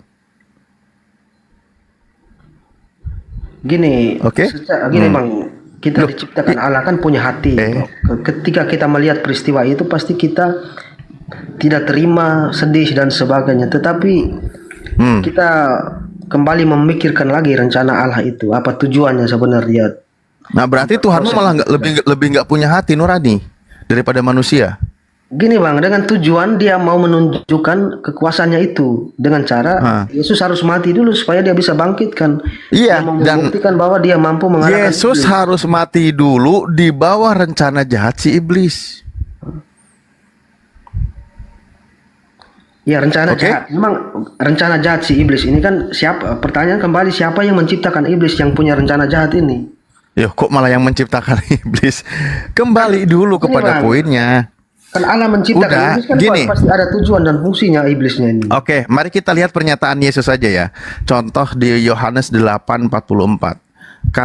Kata Yesus, iblislah yang menjadi bapakmu. Karena engkau melakukan keinginan-keinginan bapakmu. Ia pembunuh manusia sejak semula. Padanya tidak ada kebaikan. Karena iblis itu adalah bapa dusta dari segala dusta. Oke. Jadi yang namanya berusaha membunuh Yesus adalah mengikuti kehendak iblis. Mengikuti kemauan iblis. Betul? Oke, sekarang persoalannya siapa yang menciptakan iblis itu? Oh, Tuhan udah. Kan itu sama saja kita dengan menuduh Allah yang menyediakan itu kan, Bang. Logikanya kan begitu. Jadi Tuhan menciptakan iblis ini menjalankan fungsinya untuk mencobai manusia. Jadi kalau kita Nah, menyalahkan udah. iblis, ya Allah yang salah. Loh, Anda itu mau menyalahkan iblis atau menyalahkan Tuhan sih sebenarnya? Kok malah jadi nyalahin Tuhan? Ini kan pertanyaan saya menyambung dari pernyataan Abang tadi. Astagfirullahaladzim. Iblis itu punya keinginan membunuh manusia. Iblis itu punya keinginan membunuh Yesus. Pernyataan Yesus, Anda sendiri tadi sudah sepakat. Anda sendiri tadi sudah bilang, kematian Yesus itu adalah sebuah kebanggaan bagi iblis. Iya, Bang. Karena iblis ingin Yesus mati, dibunuh. Itu dia, Bang. Iblis punya keinginan untuk membunuh orang, kan tadi bahasa Abangnya begitu. Ya, iya, untuk membunuh Yesus. Sementara yang menciptakan iblis ini Tuhan. Nah, Jadi terus Tuhan menciptakan iblis untuk punya keinginan membunuh. Berarti Tuhan yang punya keinginan membunuh begitu. loh, bukannya makhluk itu diciptakan punya free will. Lah ketika tentara Romawi menciptakan, Tuhan menciptakan tentara Romawi yang numbak Yesus, kok malah jadi semuanya tiba-tiba ke Tuhan kembalinya? Mereka itu kan punya kehendak, kebebasan memilih. Ketika iblis berjanji akan menyesatkan manusia, iblis itu kata Yesus, bapak dusta dari segala dusta. Nah, Iblis artinya memilih jalan untuk sesat dan menyesatkan manusia.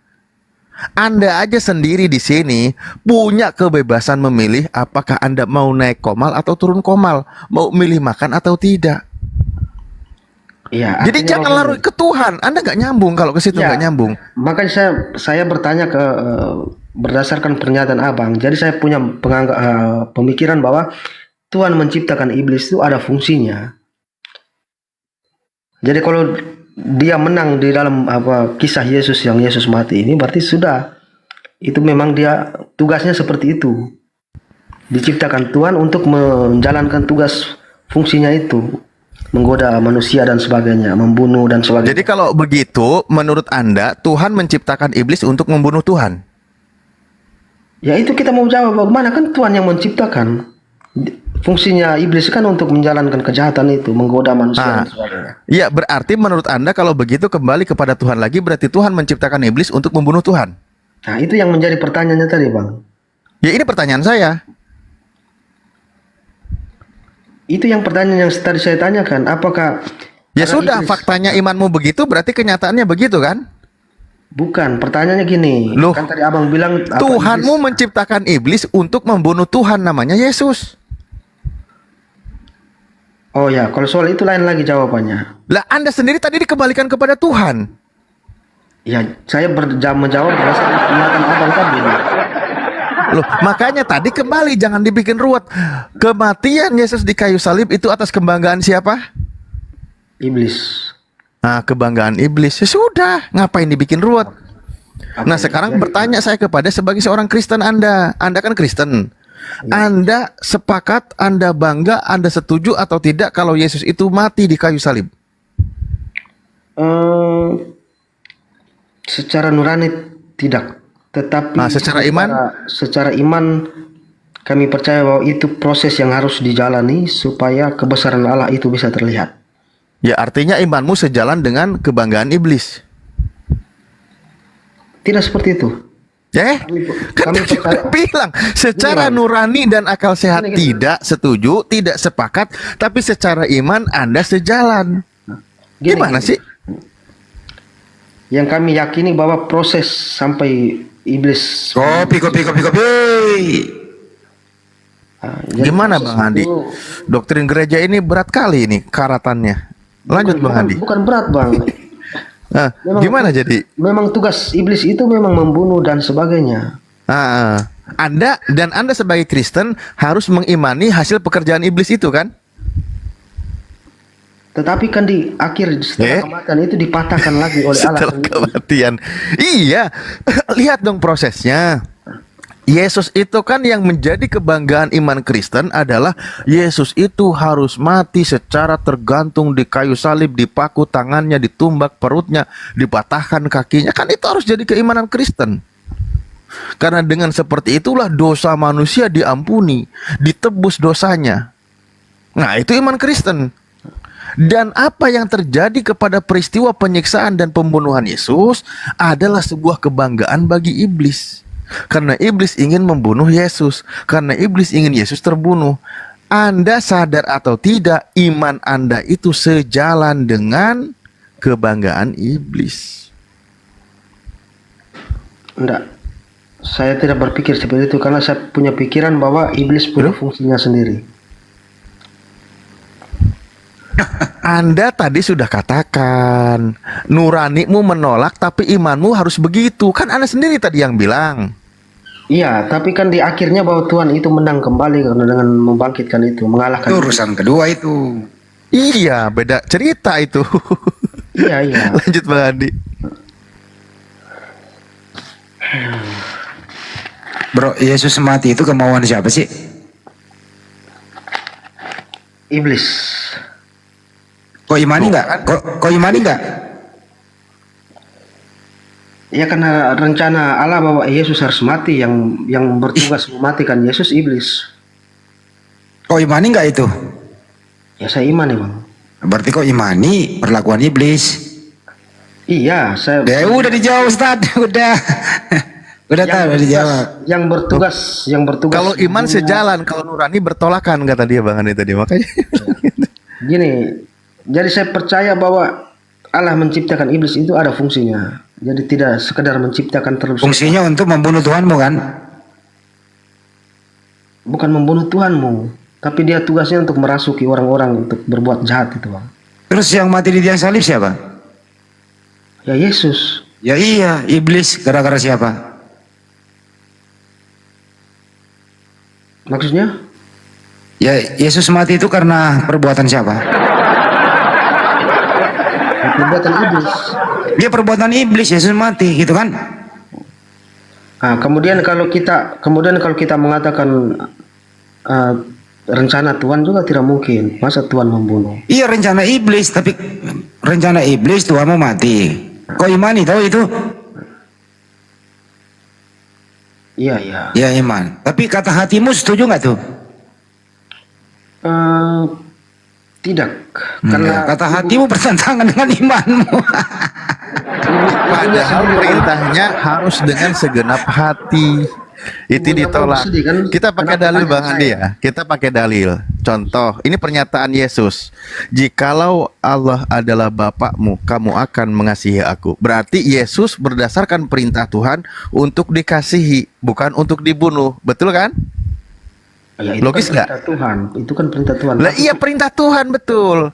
Nah lalu Yesus katakan, sementara yang engkau lakukan adalah berusaha membunuh aku. Itu tugasnya iblis. Itu tugasnya iblis. Nah, iya. Makanya Yesus katakan, ternyata iblislah yang menjadi bapakmu dan kamu ingin melakukan keinginan-keinginan bapakmu. Berarti pembunuhan terhadap Yesus bukan kehendak Elohim sang pencipta, melainkan kehendak iblis. Betul kan? Tidak seperti itu, Bang. Kan kata Yesus. Gimana sih? Tadi Anda sudah sepakat, dalilnya ada. Gini, kalau begitu nanti saya balik bertanya, itu fungsi dari Allah menciptakan iblis. Gue curiga mati ini kebanyakan makan sayur basi ini. Kemudian saya ditanya, saya setuju, pemikiran dengan iblis kan juga tidak bisa. Ini aja nanti, coba kau buat pertanyaan terus kau jawab sendiri coba. Saya bang, Dia coba kau bertanya terus kau jawab sendiri mengenai penyaliban.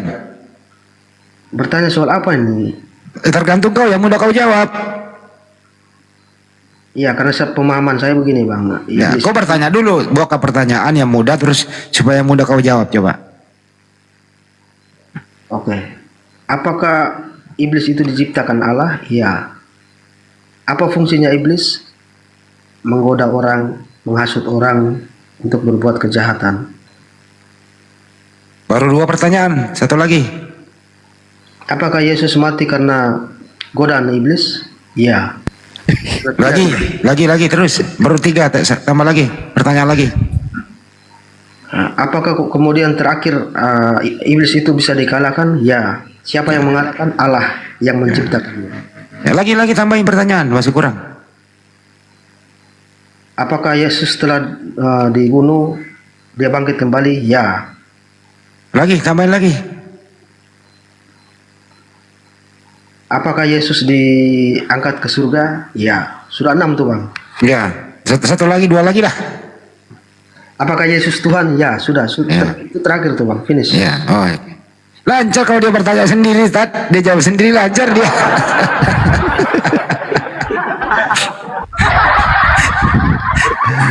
Aduh, ya Allah, kok gini amat ya. Martin, kamu nuranimu berontak nggak sih sebenarnya dengan imanmu sendiri? Jangankan saya bang, jangankan saya. Ibunya, rasul-rasulnya yang menyaksikan waktu itu juga pasti berontak. Kenapa tanya jawab ke saya? Oh, berarti memang imanmu tidak sejalan dengan nuranimu? Maksudnya bukan seperti itu. Kan tadi udah bilang. Gini, contohnya gini. Misalnya anak saya buat dosa dan mendapat hukuman mati kan misalnya. Pasti saya dalam hati tidak mengikhlaskan itu, tetapi mau tidak mau harus dijalankan hukuman itu. Tidak bisa saya mengikuti hati nurani saya kan, Bang. Anak saya buat dosa dihukum mati, pasti saya dalam hati. Yang jelas gue apresiasi. Yang jelas Martin, gue apresiasi lo. 7 pertanyaan lu buat, lu jawab dengan tuntas lo. Gue salut sama lu, bener. Orang-orang khusus saja yang bisa begitu, Bang. Orang khusus, Tad. Ampun dah kalau gitu dah. Ampun. Nah pertanyaan, Tin, lu sekolah di mana? Gue pengen sekolah di sekolah lu tuh. Aduh. Jangan begitu loh, Bang. Ya, siapa tahu ada sekolah tinggi lu mau ngeles gitu loh. Anda, ini serius. Ini saya percaya waktu iblis itu punya tugas. Lu kayaknya ini kontroversi hati gitu loh. Kan ada lagunya tuh. Bagus dibuat lagu itu. Antara hati dan iman itu kontradiksi gitu loh. Bukan seperti itu juga, Bang. Karena memang hukuman itu proses peristiwa itu harus terjadi. Kalau tidak terjadi berarti usaha Allah untuk menunjukkan kebesarannya kepada manusia itu tidak lengkap. Coba pindah topik deh, kau buat pertanyaan lain, kau jawab lagi, lancar nggak? Penyaliban kan udah. Mengenai waktu Yesus ada di muka bumi, mulai dia bayi sampai dewasa. Coba kau buat pertanyaan baru kau jawab sendiri coba. 7 pertanyaan. Mulai Yesus bayi sampai dewasa, 7 pertanyaan kau jawab sendiri coba. Silakan. Aduh. Ini maksudnya apa itu? Kehidupan Yesus waktu ada di bumi toh, dia bayi lahir di mana, sampai dia mengajar, bermujizat. Nah, terakhir disalib. Coba buat pertanyaan 7. Kehidupan Yesus di bumi gitu. Silakan.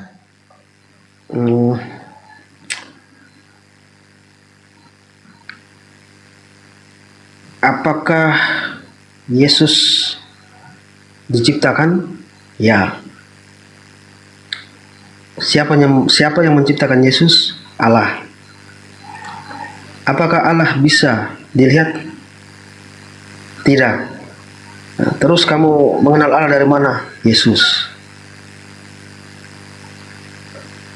Terus apakah kamu bisa melihat Allah? Tidak.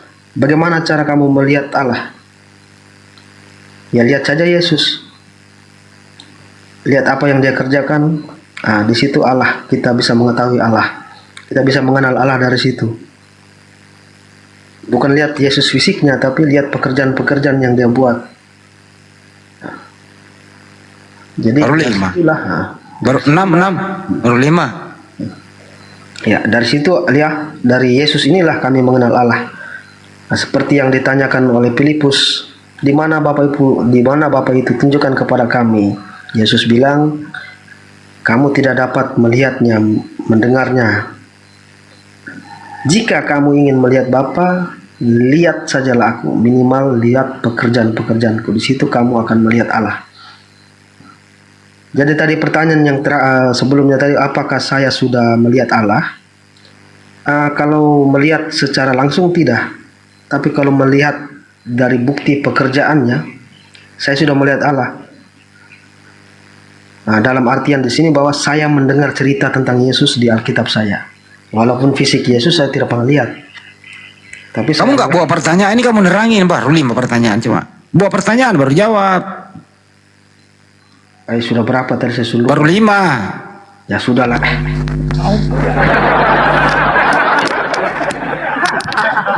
Kamu buat pertanyaan sendiri, kau jawab sendiri, kau bantah sendiri loh tadi. Kau diskusi sama dirimu loh. Nih, kamu bertanya. Jadi kami melihat Allah itu lihat apa yang Yesus Padahal lu udah dipermudah loh. Iya. Mau pula kau ya, nomor kali kau, aduh macam. Mau pula kau bertanya, aduh matilah. Ya kan, kalau kami bilang Yesus Tuhan, abang tidak percaya. Jadi saya Rusak kalian, waduh. Dia Makanya banyak. dia bertanya sendiri, dia jawab sendiri, baru dia bantah sendiri. soalnya kalau saya bilang Yesus Tuhan, abang mereka tidak percaya, tetap dikejar terus. Akhirnya saya jawab. Aduh, hancur kali. Memang bodoh gara-gara iman kalian memang ya. Kalau saya bilang Yesus Tuhan, abang mereka tidak percaya kan? Pasti Orang dikejar. kayak kau ini mau bertanya, terus kau jawab sendiri, terus jawabanmu kau bantah sendiri gitu loh. Ya saya bantah supaya Dia bantah sendiri jawabannya. paling tidak agak masuk ke pikiran abang lah. Daripada saya bilang Yesus itu Tuhan, abang tidak akan terima-terima itu. Aduh. Jadi saya mulai berpikir supaya agak masuk. Martin, maunya yang jawab itu kau maki. Yang betul jawaban kau bilang, coba kau jawab itu, yang jawab itu kau maki. Yang betul jawaban kau bilang gitu maunya. Kan nggak kau maki yang jawab itu. Kau yang bertanya gitu, yang jawab kau maki dia. Yang betul jawaban kau bilang gitu, kau maki. Aja kau. Aduh, sakit bodoh banget. Coba kau tanya mana Batak, nggak dimakinya kau. Coba tanya Batak nih, Batak maco. Ya kau jangan. Kalian berdua aja bertanya udah. Diskusi kalian dua udah. Iya bang Batak. Jadi kalau kita bilang Yesus itu Tuhan, mereka tidak.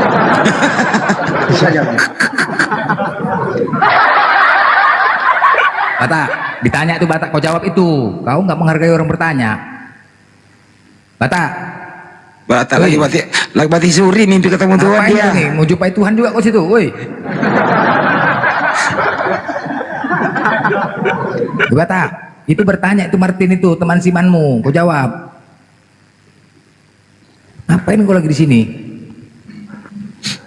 Tapi begini Pak Melender, gue akui Martin orangnya, itu Batak ngomong. Nah Batak.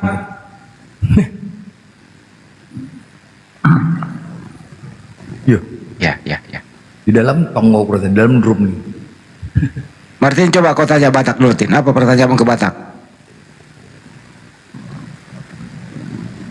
Tin, tanya. Ini belum respon ya bang, belum ada suara. Sudah itu udah dibuka mic-nya. Udah dibuka mic-nya. Bahkan udah buka sepatu tuh.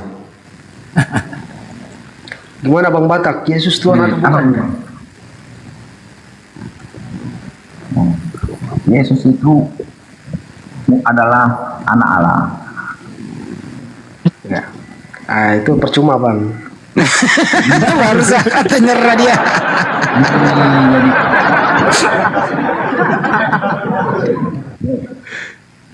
Murid-murid Yesus itu yang bernama Petrus menyebut dia Tuhan. Yesus itu tidak marah. Jadi yang menyebarkan agama Kristen di Roma yang sekarang ini jadi Kristen Katolik itu adalah Petrus. Gimana tuh Tin? Nyambung nggak tuh Tin? Itulah saat ini ya, makanya agama kebanyakan orang Kristen ini kebanyakan manggil Yesus Tuhan. Ada udah paham Martin? Iya. Tin, lu paham nggak Tin? Paham. Maksudnya apa tuh kalau paham? Coba ulang. Kalau lu paham. Kalau di Kristen Ortodok di daerah Rusia sampai di semenanjung Balkan itu, yaitu yang menyebarkan Kristen itu Yohanes. Jadi kalau Yohanes menganggap Yesus itu adalah anak Allah. Tanya Tin, kalau di Indonesia Tin tanya kalau di Indonesia siapa yang menyebarkan Kristen? Nah itu kan dia dengan Bang Batak dengar langsung juga pertanyaan, langsung dijawab saja Bang. Nah, kalau di Kristen di Indonesia ini kan kebanyakan dari Belanda. Belanda ini kan kebanyakan dari Katolik. Jadi asalnya dari Katolik ini yaitu Petrus. Makanya di Indonesia kadang menganggap Yesus itu adalah Tuhan. Ya tapi Yesus kan tidak marah kalau dipanggil Petrus. Yesus itu adalah Tuhan.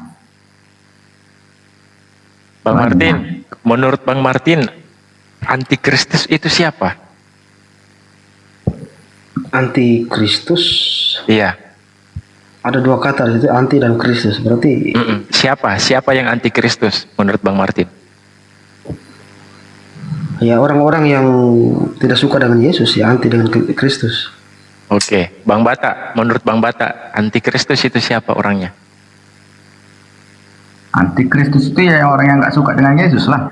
Tapi pemimpinnya itu kebanyakan pemimpinnya adalah Paulus. Paulus kan adalah antikristus. Ya buset.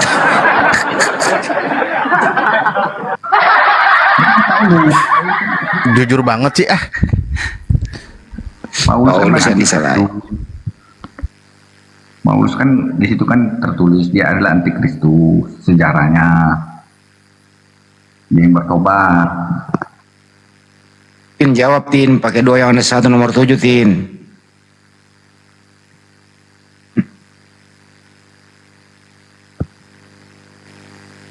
Tin lu jangan diam aja, dijawab itu, katanya Paulus.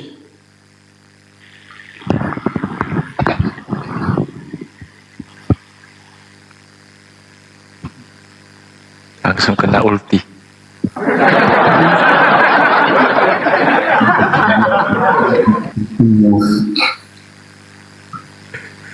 Ternyata yang dibangga-banggakan selama ini jadi rasul antikristus, bah. Alamak.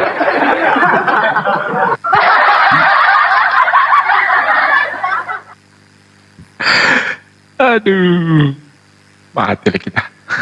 Tapi malam ini Martin memecahkan rekor.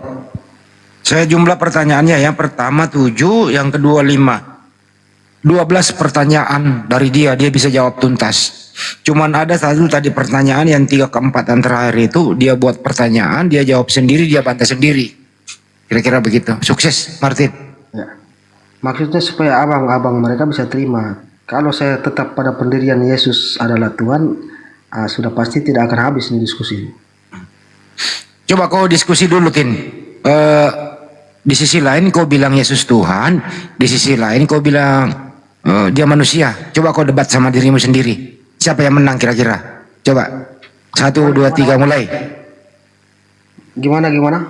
Di sisi lain kau bilang Yesus Tuhan, di sisi lain kau bilang Yesus manusia. Nah coba kau berdebat sama dirimu sendiri. 1, 2, 3 mulai. 1, 2, 3. Secara umum kita tahu bahwa manusia itu harus lahir dari proses sperma dan sel telur. Nah, sementara sama-sama kita tahu bahwa di Nabi Isa atau Yesus ini tidak terjadi proses itu. Ya kan? Artinya bahwa kita tahu bahwa dia lahir dari kalimat Allah.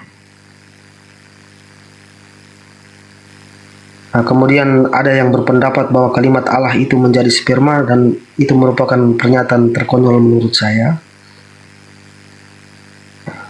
yang saya ketahui bahwa firman itu menjadi manusia. Memang dia secara nyatanya wujudnya kita lihat dia manusia. Tetapi kita lihat prosesnya.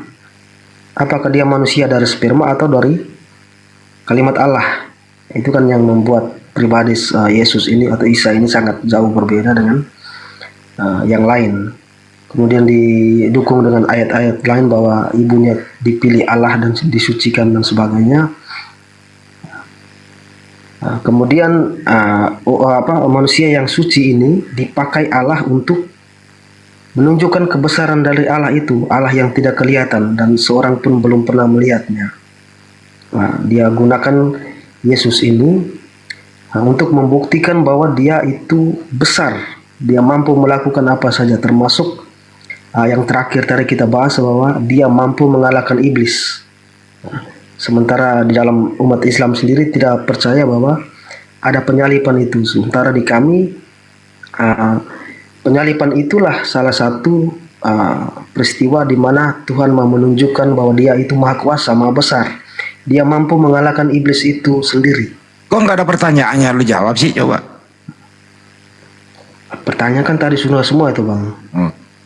Baik. Kesimpulan atas perdebatan dirimu dengan dirimu apa? Kesimpulannya? Ya, Yesus adalah firman yang menjadi manusia.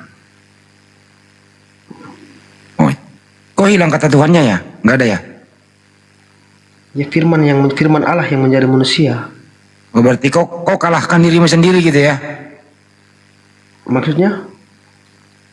Kau kalahkan dirimu sendiri bahwa Yesus bukan Tuhan, dia manusia. Gitu ya? Tadi kan saya bilang secara kasat mata, secara fisik yang kita lihat ini memang manusia, tapi kita kan tahu prosesnya. Proses bagaimana dia menjadi manusia kan beda dengan manusia lainnya, Bang. Bukan dari sperma, tapi dari kalimat Allah, itu kan jelas. Itu yang secara fisiknya kita lihat manusia. Siapapun yang melihat dia waktu itu pun pasti menganggap dia manusia biasa seperti kita. Dan jadi perdebatan dirimu dengan dirimu itu yang menang siapa? Yang menang adalah akal pikiran saya. Akal pikiran saya. Kesimpulannya, Yesus adalah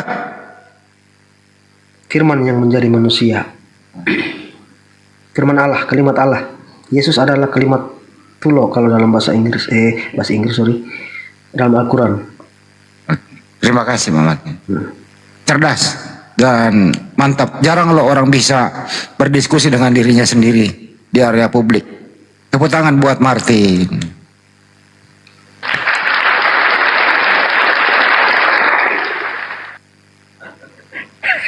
Ada yang tertawa, saya langsung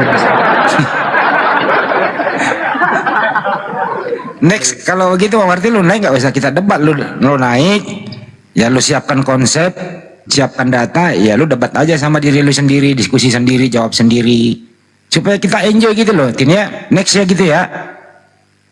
Boleh. Oke, boleh. Mantap, daripada kayak tadi debat kusir, mending lu yang debat sama diri lu, enjoy, gak ada kesimpulan gitu, gak ada yang ribut-ribut, ya nggak Tin?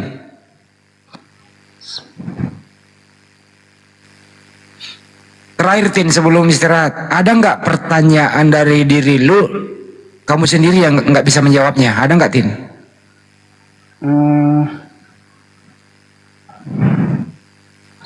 Kalau itu yang belum bisa saya jawab adalah apa? Yang dimaksudkan Yesus Bapa itu. Coba kau bertanya dulu. Coba kau bertanya yang nggak bisa kau jawab. Siapa tahu orang-orang sini bisa bantu. Coba. Yang belum bisa saya jawab adalah yang dimaksudkan Yesus Allah Bapa itu gimana bentuknya, wujudnya. Itu yang sampai sekarang belum bisa terjawab. Sementara saya bisa istilahnya mengenal yang Yesus sebut Allah Bapa itu lewat Yesus sendiri. Apa yang dia kerjakan. Coba persingkat pertanyaannya, coba. Persingkat pertanyaannya apa tuh, coba.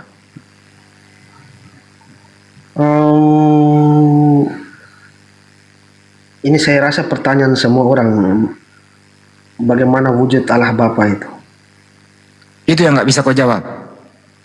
Ya jelas belum pernah dilihat. Tetapi kita mengenalnya lewat pekerjaan-pekerjaan Yesus. Yang kita lihat, kan Yesus juga mengatakan bahwa kalau mau Oke, cukup udah itu. Hal-hal apa yang paling tersulit dalam dirimu? Tin, coba kau bertanya mengenai diri lu yang paling sulit, baru lu jawab sendiri coba. kalau menurut saya tidak ada yang sulit Bang, karena Yesus sudah menjelaskan siapa itu Allah sendiri. Sebenarnya sudah terjawab juga sih. Nggak ada yang sulit gitu ya. Ya. Mantap, cerdas kau Tin. Jarang lah ada orang kayak gitu Tin, bener. Gue salut sama lu. Jarang ada, bener. Belum pernah kan ya, teman-temannya belum pernah kan ada orang kayak Martin. 12 pertanyaan dia jawab sendiri, terus dia mendebatnya sendiri gitu loh. Jarang loh orang kayak gitu loh. Ya, orang-orang tertentu saja tuh Bang. Iya, orang. Aduh, orang tertentu gua salut sama lu. Tuh, penonton semua memberi jempol kepada lu gitu loh. Saya nggak ada ngasih kopi gitu Tini. Ada yang saya bilang sakit perut di bawah Bang. Emang ada yang lucu Tin? Ya saya hanya menertawai ikon-ikon di bawahnya Bang. Oh iya. Emot, bukan ikon. Ya ikon.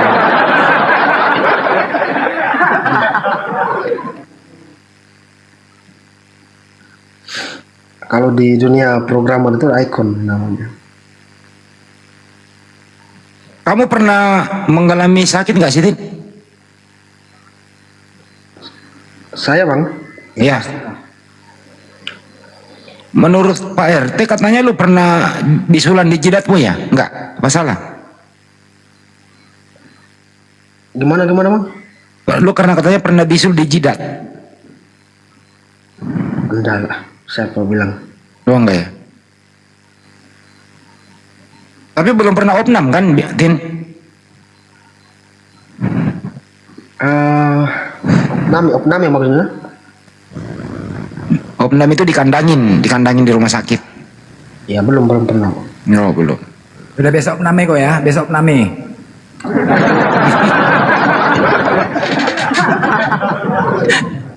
Besok name antar rumah sakit. Enggak aja kau udah, itulah bodoh karena iman gitu. Evangelion. Enggak, aku nanya serius dulu, Martin ini usianya berapa sih? Tin, lu usianya berapa bro? 30-an Bang. Oh 30-an. Udah punya istri kan? Belum? Sudah. Ajar maksudnya pertanyaan pernah opname itu maksudnya gimana tuh Bang? Saya Enggak, maksud saya istri lu bahagia nggak sih dapat lu? sorry mendalam jangan.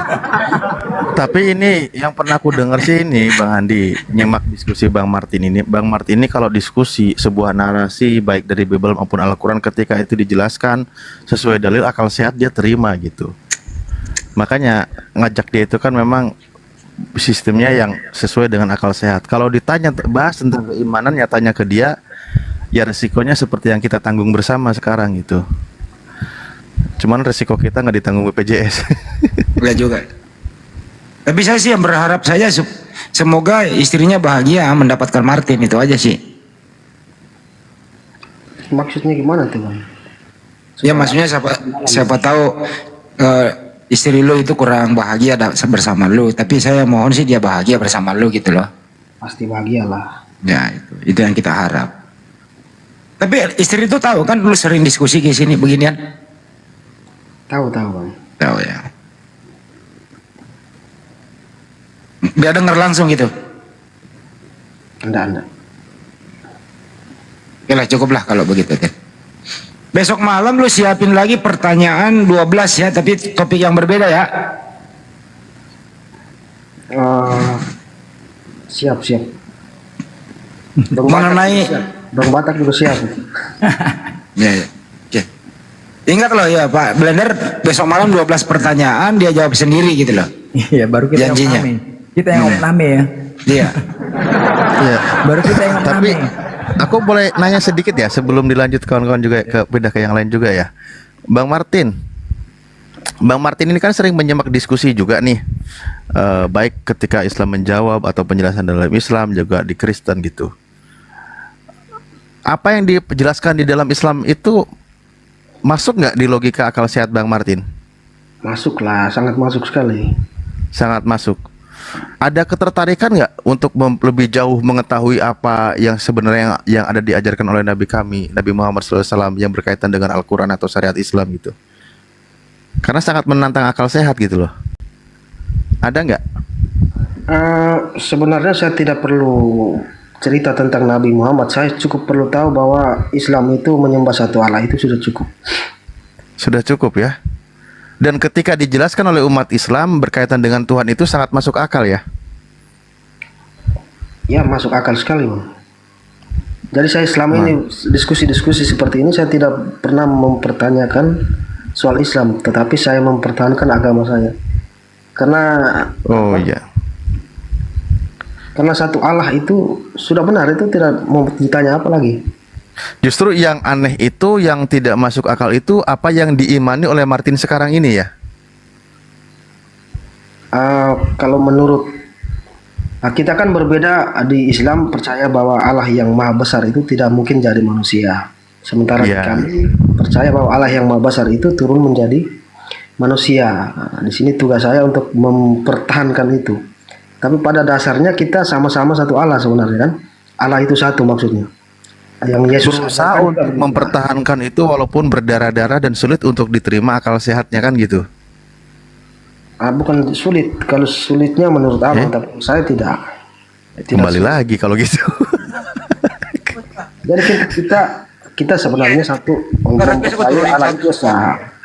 Kembali lagi kalau ditanya keimannya kembali lagi jadinya kayak gini. Saja aku turun aja. Gini Martin. Iya benar. Martin.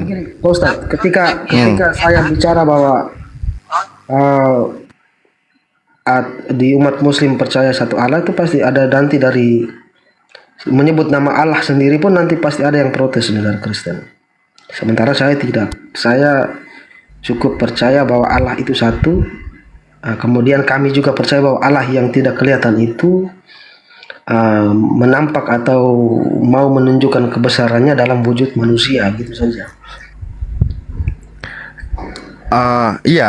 Kita kembali ya. Ini kayaknya pelan-pelan saya tidak mau mempertanyakan tentang imanmu karena sudah pasti tidak akan masuk di dalam diskusi, tapi secara akal sehatmu saja gitu. Nah, contoh ketika kan di kitabmu dijelaskan bahwa hanya ada satu-satunya itu yang tidak takluk kepada maut, yang memang tidak pernah bisa dilihat oleh manusia, memang manusia tidak ada yang sanggup melihat dia. Iya. Kan ada ayatnya begitu kan. Nah, berarti satu-satunya ini kan berarti Sang Maha, karena nggak ada tandingannya, bener nggak? Gimana Bang? Kan ada ayat, dialah satu-satunya yang tidak takluk terhadap maut, bersemayam dalam terang yang tak terhampiri, tak seorang pun bisa melihat dia, memang manusia tidak dapat melihat dia. Kan gitu ayatnya di dalam kitabmu. Iya, betul. Nah, dialah satu-satunya ini berarti kan ini Elohim sang pencipta alam semesta. Iya. Nah, oke, berarti satu-satunya inilah yang maha. Di luar itu, contoh yang manusia, contoh tadi yang disebutkan yang namanya Yesus, tidak masuk kategori sebagai satu-satunya yang tidak takluk kepada maut. Tidak masuk kategori bersemayam dalam terang yang tak terhampiri, nggak masuk. Karena ini justru yang mengenalkan siapa Tuhan itu. Iya. Iya kan? Betul. Contoh kan ketika Yesus bilang, Bapa yang mengutus aku, dia yang bersaksi tentang aku, rupanya tidak pernah kau lihat, suaranya pun tidak pernah kau dengar, kan gitu? Iya, betul. Nah, jadi Tuhan yang sesungguhnya, Tuhan yang benar itu, yang Esa itu, yang mengutus Yesus, yang dikatakan Yesus sebagai Bapa, satu-satunya. Dia yang mengutus Yesus, yang tidak pernah dilihat, suaranya pun tidak pernah didengar. Ya, itu dijelaskan anak SD pun paham tuh Bang. Maksudnya betul. Maka Kalau sudah demikian, akal sehat kita sudah jelas menangkap bahwa yang namanya Sang Pencipta Elohim itu hanya satu. Ketika mengikuti narasi Yesus, siapa Elohim Sang Pencipta itu? Yang mengutus Yesus. Kalau Yesus hanya sebagai utusan Elohim itu, utusan Tuhan itu, maka yang layak disembah dan yang patut disembah dan yang harus disembah sesuai dengan pengajaran Yesus adalah Tuhan yang mengutus Yesus, bukan Yesus. Ya itu dia persoalannya Bang. Gini, kita di sini menyebut nama Allah itu, tetapi bentuknya, suaranya pun kita tidak pernah lihat. Jadi kalau hanya bermodalkan bahwa Allah itu ada, Allah itu esa, di mana dia di surga. Kalau hanya bunyi begitu saja, siapa yang mau percaya kalau pernyataan begitu? Nah, kamu mau kalau di dalam Islam udah pasti kamu tidak akan percaya. Sekarang kamu sebagai Kristen, kamu percaya atau tidak perkataan Yesus? Gini. Kalau Yesus datang cuma sekedar hanya mau bilang Allah itu ada, Allah itu esa. Kalau hanya dia bicara begitu saja, itu saya pribadi saya tidak akan percaya Tuhan itu ada. Tetapi apa yang membuat saya percaya? Ya pekerjaan-pekerjaan yang dibuatnya. Itu yang membuat kita percaya bahwa Allah itu maha besar. Loh iya. Yang dibuatnya. Kalau cuma sekadar bilang Allah itu esa, dia ada di surga atau di ars dan sebagainya, itu kalau di Alkitab cuma meriwayatkan kata-kata itu saja, saya tidak akan percaya. Iya, dibuktikan dengan keajaiban yang dilakukan oleh makhluk, oleh nabinya, oleh utusannya, oleh Yesus, oleh Nabi Musa, kan gitu. Iya, betul. Nah, itu menunjukkan ada Sang Maha Kuasa yang maha hebat yang tidak bisa dilihat oleh mata manusia di bumi ini. Iya, betul. Nah, bukan berarti kita menuhankan utusan Tuhan. Oke. Betul ya? Artinya bahwa Allah yang tidak kelihatan ini bagaimana caranya supaya kita bisa melihatnya. Ya kita lihat sekarang itu adalah pekerjaan-pekerjaan Yesus ini. Iya, yang kita lihat itu kekuasaan Tuhan itu yang dilakukan oleh perantaraan para nabinya yang disebut sebagai mukjizat. Keajaiban-keajaiban yang dilakukan oleh para nabi itu bukan sedang menunjukkan nabi itu hebat, tetapi sedang menunjukkan Sang Maha Pencipta itu yang tidak kelihatan itu hebat. Iya. Dilakukan oleh perantara para nabi. Sebagaimana juga kita ada mencatat Yesus ini yang ditentukan oleh Tuhan melakukan keajaiban-keajaiban dan mukjizat-mukjizat sebagai perantara. Hakikatnya Elohim. Betul. Kisah Para Rasul 2 nomor 22. Paham, saya paham sekali itu Bang, Pak Ustaz. Nah, jadi waktu Yesus mengatakan apa? Ketika Filipus bertanya, kemudian Yesus menjawab, Bapa itu tidak bisa kamu lihat dan kamu dengar. Tetapi ada sambungannya. Yesus juga mengatakan bahwa jika kamu ingin melihat Bapa itu, lihat sajalah aku. Lihat pekerjaan-pekerjaanku, itu Allah. Itu kan jelas di situ Bang. Yesus sendiri mengatakan Bapa itu tidak bisa kamu lihat dan kamu dengar. Yesus terus disambung lagi. Jika kamu ingin melihat Bapa, lihat sajalah aku. Lihat pekerjaan-pekerjaanku. Di situ kamu melihat Allah. Kan begitu. Kan jelas sekali pernyataan di situ. Kita tidak akan mungkin melihat Bapa itu sesuai pertanyaan Filipus kemudian langsung dijawab oleh Yesus. Terus Yesus menjelaskan, jika kalau kita mau melihat Bapa, kalau Pak Ustadz mereka tidak mau melihat Bapa ya urusan lain. Tapi kalau saya punya keinginan melihat Bapa, maka saya lihat saja. Kita kembali kepada pernyataan Yesus. Yesus jelaskan tentang Bapa, kan gitu. Yesus kan bilang, tetapi aku mempunyai suatu kesaksian yang lebih penting daripada kesaksian Yohanes, yaitu segala pekerjaan yang diserahkan Bapa kepadaku supaya aku melaksanakannya. Pekerjaan itu juga yang aku kerjakan sekarang, dan itulah yang memberi kesaksian tentang aku bahwa Bapa yang mengutus aku. Segala sesuatu pekerjaan yang dilakukan oleh Yesus berkaitan dengan keajaiban, mukjizat, kehebatan, itu kan pekerjaan Bapa Bapa yang dilakukan perantaraan Yesus untuk membuktikan kalau Yesus itu adalah utusan Tuhan, bukan untuk membuktikan kalau Yesus itu Tuhan. Iya, Bang. Persoalannya Allah yang tidak kelihatan ini kan di mana dia posisinya kita tahu. Jadi tujuan Allah menciptakan Kan tidak bisa dijangkau oleh manusia. Dia itu bersemayam dalam, kan ada ayatnya juga kitab Anda nih. Ketika merujuk kepada sang pencipta itu, sang pengutus itu, kan udah dikatakan dialah satu-satunya yang tidak takluk kepada maut, bersemayam dalam terang yang tak terhampiri. Dia itu bersemayam dalam terang yang tak terhampiri. Tak seorang pun melihat dia. Memang tidak ada manusia yang dapat melihat dia. Kalau sudah dijelaskan begitu, jangan ditanya lagi. Tetapi yang tadi saya sebutkan itu perkataan Yesus, bukan perkataan yang saya ngekarang-karang, Bang. Dia suruh. Lah iya. Cuman untuk membuktikan Elohim yang tidak dapat dilihat oleh manusia, tidak ada seorang pun dapat melihat itu.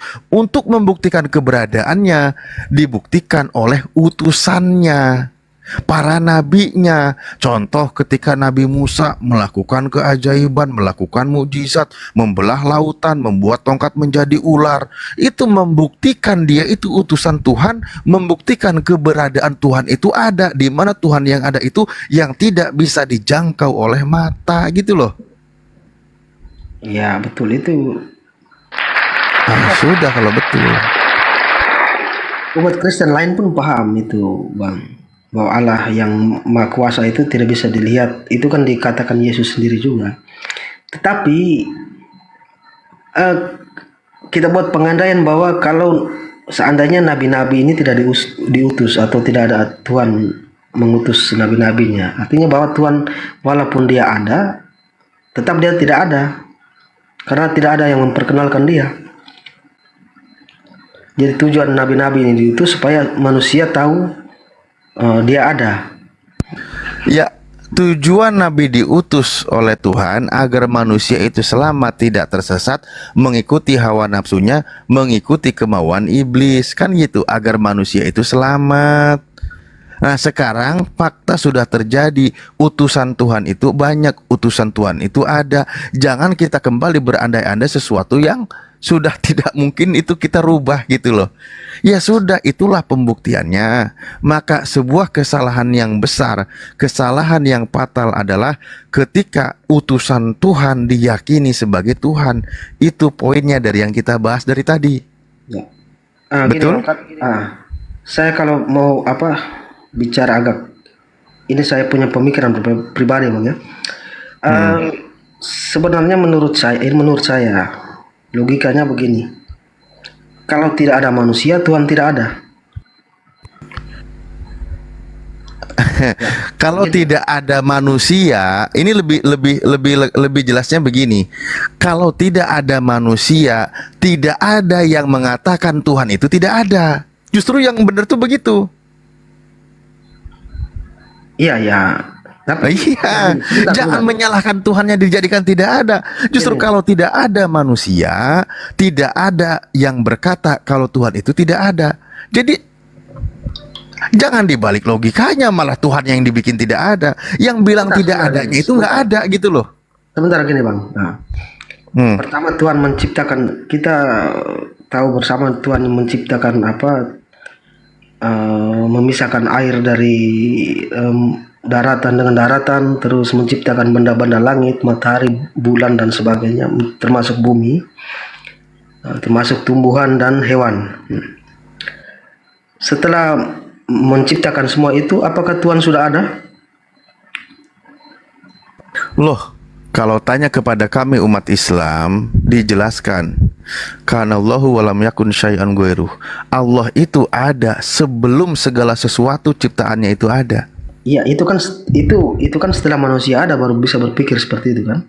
Yang saya tanyakan tadi, yang benda-benda langit, matahari dan diciptakan semua sebelum manusia. Iya, sebelum segala sesuatu di semesta ini ada, Tuhan itu ada gitu loh. Iya, artinya bahwa kalau manusia tidak ada, apakah Tuhan itu ada? Ya, Tuhan itu ada. Kalau tanpa manusia Tuhan ada? Ada. Oh begitu.